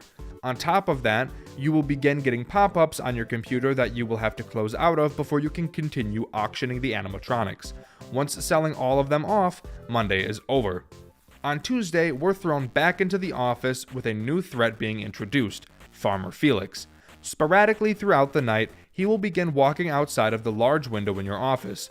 A newly appeared board is displayed in the top left corner of your screen with 4 colors on it. When Felix walks past, his eyes will glow one of these 4 colors, and you will have to select which color his eyes are on the board before he gets to the other side of your window. Overall, this is super simple to deal with, but on top of everything else you will soon be dealing with, he could very easily become something you forget about. Moving on to Tuesday's post-night minigame, we find ourselves in front of an arcade machine. The task we have to complete here is beating the high score of 6,000 points. You control a small rocket that shoots lasers. Occasionally, UFOs will drop from the top of the screen and we'll have to shoot them. Green UFOs don't do anything special, but red UFOs will shoot lasers at us too. We start with 3 lives, and if at any point our life drops to 0, we die. There are also 3 power-ups that have a chance of dropping. One makes us shoot faster, another gives us a shield, and the final gives us 1 life. The boss of this night is Mother Moose. You will have to listen incredibly closely for 2 distinct sound cues to play. When you hear them, you can pause the game and turn around. Then flash your camera to scare Mother Moose away. If you don't do this in time, you die. That sounds pretty easy, but the arcade game makes more noise than a bombing, so hearing Mother Moose can actually be pretty difficult at times. Once you reach the halfway point, she becomes enraged. While enraged, she will attack more frequently and take 2 camera flashes instead of 1, meaning you have to react way faster. In addition, asteroids and yellow UFOs are added to the arcade game. Asteroids are really large. They take way more shots to kill than a UFO, but move very slowly. Yellow UFOs can move horizontally in addition to moving vertically. They don't shoot lasers though, so they're not really an issue. Once you reach 6,000 points, it's on to Wednesday. Wednesday introduces a new tool and a new animatronic. The new tool is your door. Clicking it will lock it. This is important because of the new threat, Percy Poodle, the main antagonist of this game. Percy will make his way down your hall throughout the night. When he gets to your door, he will start pounding on it and you'll have to lock the door until he gives up. In addition, a very small version of Percy will quickly and randomly open your door and peek in. When he does, just close the door quickly and he'll leave. Pretty simple and easy to understand mechanics, but with how difficult the other characters are starting to get, this on top of all of it is where this game starts to get really stressful. Now let's talk about the Wednesday post-night minigame. In this minigame, your task is repairing the power. You have to do this for each room in the building through a panel. Once you choose a room, you will have to play one of a few selection of minigames. All of them are pretty simple, and I'm sure you'll be able to figure out how they play just by looking at the screen. Each room requires you to complete 2 of these minigames before the power to them comes back online. The boss of this night is a Rowan Rat, a character that will be introduced next night. Throughout the night, you will hear a distinct sound cue. When you do, you have to turn around and flash your flashlight at him. Behind you, there are 4 large holes in the wall, and there's no telling which one he'll pop out of. Once you flash him, he quickly leaves and you're free to continue. Once you restore power to 3 of the 6 rooms, Rowan becomes enraged. While enraged, he will attack more frequently, you will have less time to flash him, and he will require you to flash him twice. After flashing him the first time, he will crawl back into his hole and appear out of another one. Out of all the post-night minigames, this one is definitely my favorite. The flow of how it plays, mixed with it probably being the least stressful, is really refreshing with how fast my heart was typically beating throughout the game. After getting the power to all the rooms back online, it's on to Thursday. Before Thursday night, however, when walking out of the building, Nick finds a tape, and you get the choice of whether or not you want to pick it up. As far as I'm aware, picking it up doesn't change the gameplay, and there's not multiple endings to this game. If you pick up the tape, you get some lore and foreshadowing. If you don't, you just move on. I picked up the tape because I'm a Chad gamer. Putting in the tape, it doesn't seem to play anything, so Nick goes to bed. But as soon as he leaves, the tape begins to play. We're told that the Pal Percy toy is being recalled. We're told it poses significant threats to children, but it's not elaborated on. People are told to return the toy to whichever store they bought it from, but since Nick went to bed and never saw this, he will still continue to use his pal Percy during the nights. On Thursday night, we're introduced to the previously mentioned Rowan Rat, and we get a new tool for us to stress over. This night was by far the most confusing for me, since I didn't understand what the tutorial was telling me, but let me explain. In your cameras, you will find that you have a new subsection. It's a motion detector for cameras 1 through 4. Which are the cameras for each corner of the establishment. You will need to check these motion detectors throughout the night to see if Rowan Rat has moved. If he moves to a specific camera, which you can tell because the camera in the motion sensor section will turn red, you will have to go to the actual corresponding camera and use one of your shocks on Rowan to reset him. In addition to this, if that wasn't enough to make you want to die from anxiety, that small Percy that opens your door will now also occasionally spawn in one of your cameras. When he does, you'll have to find him and navigate to the camera he's on and stare at him until he goes away. If you don't do this in time, he will disable the camera system, stopping you from being able to shock Rowan, which will obviously lead to you dying. Now for the part that should have been obvious that I didn't understand. The tutorial states that you need to watch out for an alert icon on the E UI. When you press E in game, this opens up your camera. When you see that alert, that's how you know that you need to go find the mini Percy on your cameras. I thought this meant that the alert would appear on my camera. That it does not. Instead, it appears right above the little E button in the corner of your screen. Again, I'm really dumb for not figuring this out immediately, but this is hands down the most stressful mechanic the game has introduced so far. And in mixture with everything else you have to deal with and the constant overwhelming noise that you'll be hearing, it gets really, really fucking anxiety inducing. Don't believe me about the noise? This is what the night sounds like throughout its entirety.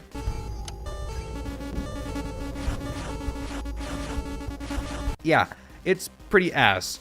But after completing your task, we can move on to the Thursday post-night minigame. In this minigame, your task is fixing Farmer Felix. After opening up his head, you're greeted with 4 small sub-minigames to complete. Each is pretty simple, you can do them in any order, but I did them from top to bottom. The first one is the gear game. You just have to match up each of 4 colored gears to the small brackets. Do this 3 times and the game is finished. The second minigame sucks really hard, mainly because I'm stupid and didn't understand it right away. You're given 2 boards, each with the beginning and end of a sentence. You have to swap through different options until you have a complete sentence that makes sense. After doing that a few times, the game is finished. I really hated this one since it made no sense to me and took me an embarrassingly long time to figure out. You can watch my full playthrough on my second channel, Dxtr Black, by the way. Before talking about the other 2 minigames, the boss of this night surprisingly isn't Farmer Felix. Instead, it's 2 small Percy poodles. While you're working on Felix, occasionally you hear a sound cue. When you do, you'll have to back up and find one or both of the poodles in the room and click on them to make them go away. Once you complete 2 of the 4 sub-minigames, the poodles become enraged. While enraged, they will appear more frequently and require you to click them twice rather than just once. Not too bad, honestly. The third minigame consists of spinning a crank on the bottom of the screen to fill this white bar. If you wind the crank too much, Felix will overheat. I didn't let this happen, so I don't know what happens if you do. I'd have to imagine you either die or you have to wait a while to be able to continue. When you're not cranking, the white bar will slowly decrease. Once the bar is full, the game finishes. The final minigame is just Simon Says. Beat a few levels, and it's finished. And with that, we're done with the post night and can move on to Friday night. Friday night adds nothing new to the gameplay loop, just increases the difficulty of every character we've seen thus far. After completing your tasks, we can move on to the final post-night minigame. Friday's post-night minigame is us fixing up Percy. We open up his stomach and play 3 small minigames. The first is just matching these colored knobs to the colors of their corresponding wires. Do this 3 times and we move on to the next. The second game requires us to flip 8 switches. Every few seconds, any number of them can unflip, and we'll have to flip them again. Do this until the bar fills up and we move on to the next. The final game requires us to watch 3 squares. The moment they turn green, we have to quickly click on them. Do this a few times, and we can finally get to Percy's battery. I have no idea why there's so many security measures to get to this point, and why they're all so simple a toddler could perform them. It seems pretty counterintuitive. But before anything else happens, Percy's battery begins to smoke. We call our boss and tell him what's happening. Our boss says we either need to replace his battery or find a substitute battery. Not knowing what to do, Nick puts the pal Percy inside of Percy in place of his battery, and it works. Hooray! And with that, the credits roll. In all honesty, this game is super unique and enjoyable. I really like how each night feels different from every other, and how... Wait, what the fuck? Oh yeah, that's right, baby. Final boss fight time. The pal Percy took over Percy's body and spread wires throughout the building. We run and hide in a storage closet. We find an early version of a pal Percy, and luckily for us, it's hooked up to the power. Just like in previous nights, we have to play 3 minigames to fill up the bar. When we fill up the bar, we will be given a charge. We're told that after getting 5 charges, we'll beat pal. Since this is an early version, the 3 minigames are different from the ones we've gotten used to. Let's quickly go over the 3 new ones. The first game requires us to match up 3 rows of shapes. Pretty easy, but trust me, with how stressful this night gets, even something as simple as this task can become a nightmare. The second game requires us to move Percy through a maze. This one is my favorite as it was always the least stressful for me to complete. The third game makes me want to get bucked by a fucking horse, however. This game requires you to catch a number of fish. This game is only stressful because of how long it takes. When you press space, your line will slowly drop to the bottom of the screen and then slowly come all the way back up. I hate this game so much. Along with that, all of the antagonists are different on this night, so throw all the knowledge you've memorized thus far out the fucking window. As the night goes on, more characters will be added to the night, but rather than explain exactly when each character is introduced in order, I'll just pretend like they're all active right out of the gate, like they would be at the end of the night, and explain them one by one. It makes most sense to talk about the pal Percy that we created first. In the closet, there are these 2 monitors. Occasionally, these monitors will tell you to find me. This is pal Percy giving you direct orders. When you see this message, you have to open up your camera and find which room Percy is in. When you do, you will see him showing you a toy. You will then have to go to one of the other cameras to find whichever specific toy he showed. Once you find it and click on it, his attack is over. This alone is stressful enough, but we are just getting started. Next, let's talk about this stupid fucking little Percy. He has 2 different attacks. Let's go over his most simple one first. In the closet, you can see these 2 rolling carts. At any time, you can drag them out. If the little Percy appears, you have to use the cart that's on whatever side he's on and slam it into him, which literally kills it, so I guess there's just multiple of these fucks. His second attack thankfully has a cue. You'll be able to tell he's attacking because your vision will turn to horseshit. When it does, you have to find him on the cameras and stare at him. If you don't, he will disable your ability to move the rolling carts. I'm gonna be honest, I have no idea what this next enemy is, but occasionally you will see and hear banging on either side of the closet. When you do, you have to hold the rolling cart in front of said wall until the banging stops. We're not done yet. Don't worry, there's still way more to keep track of.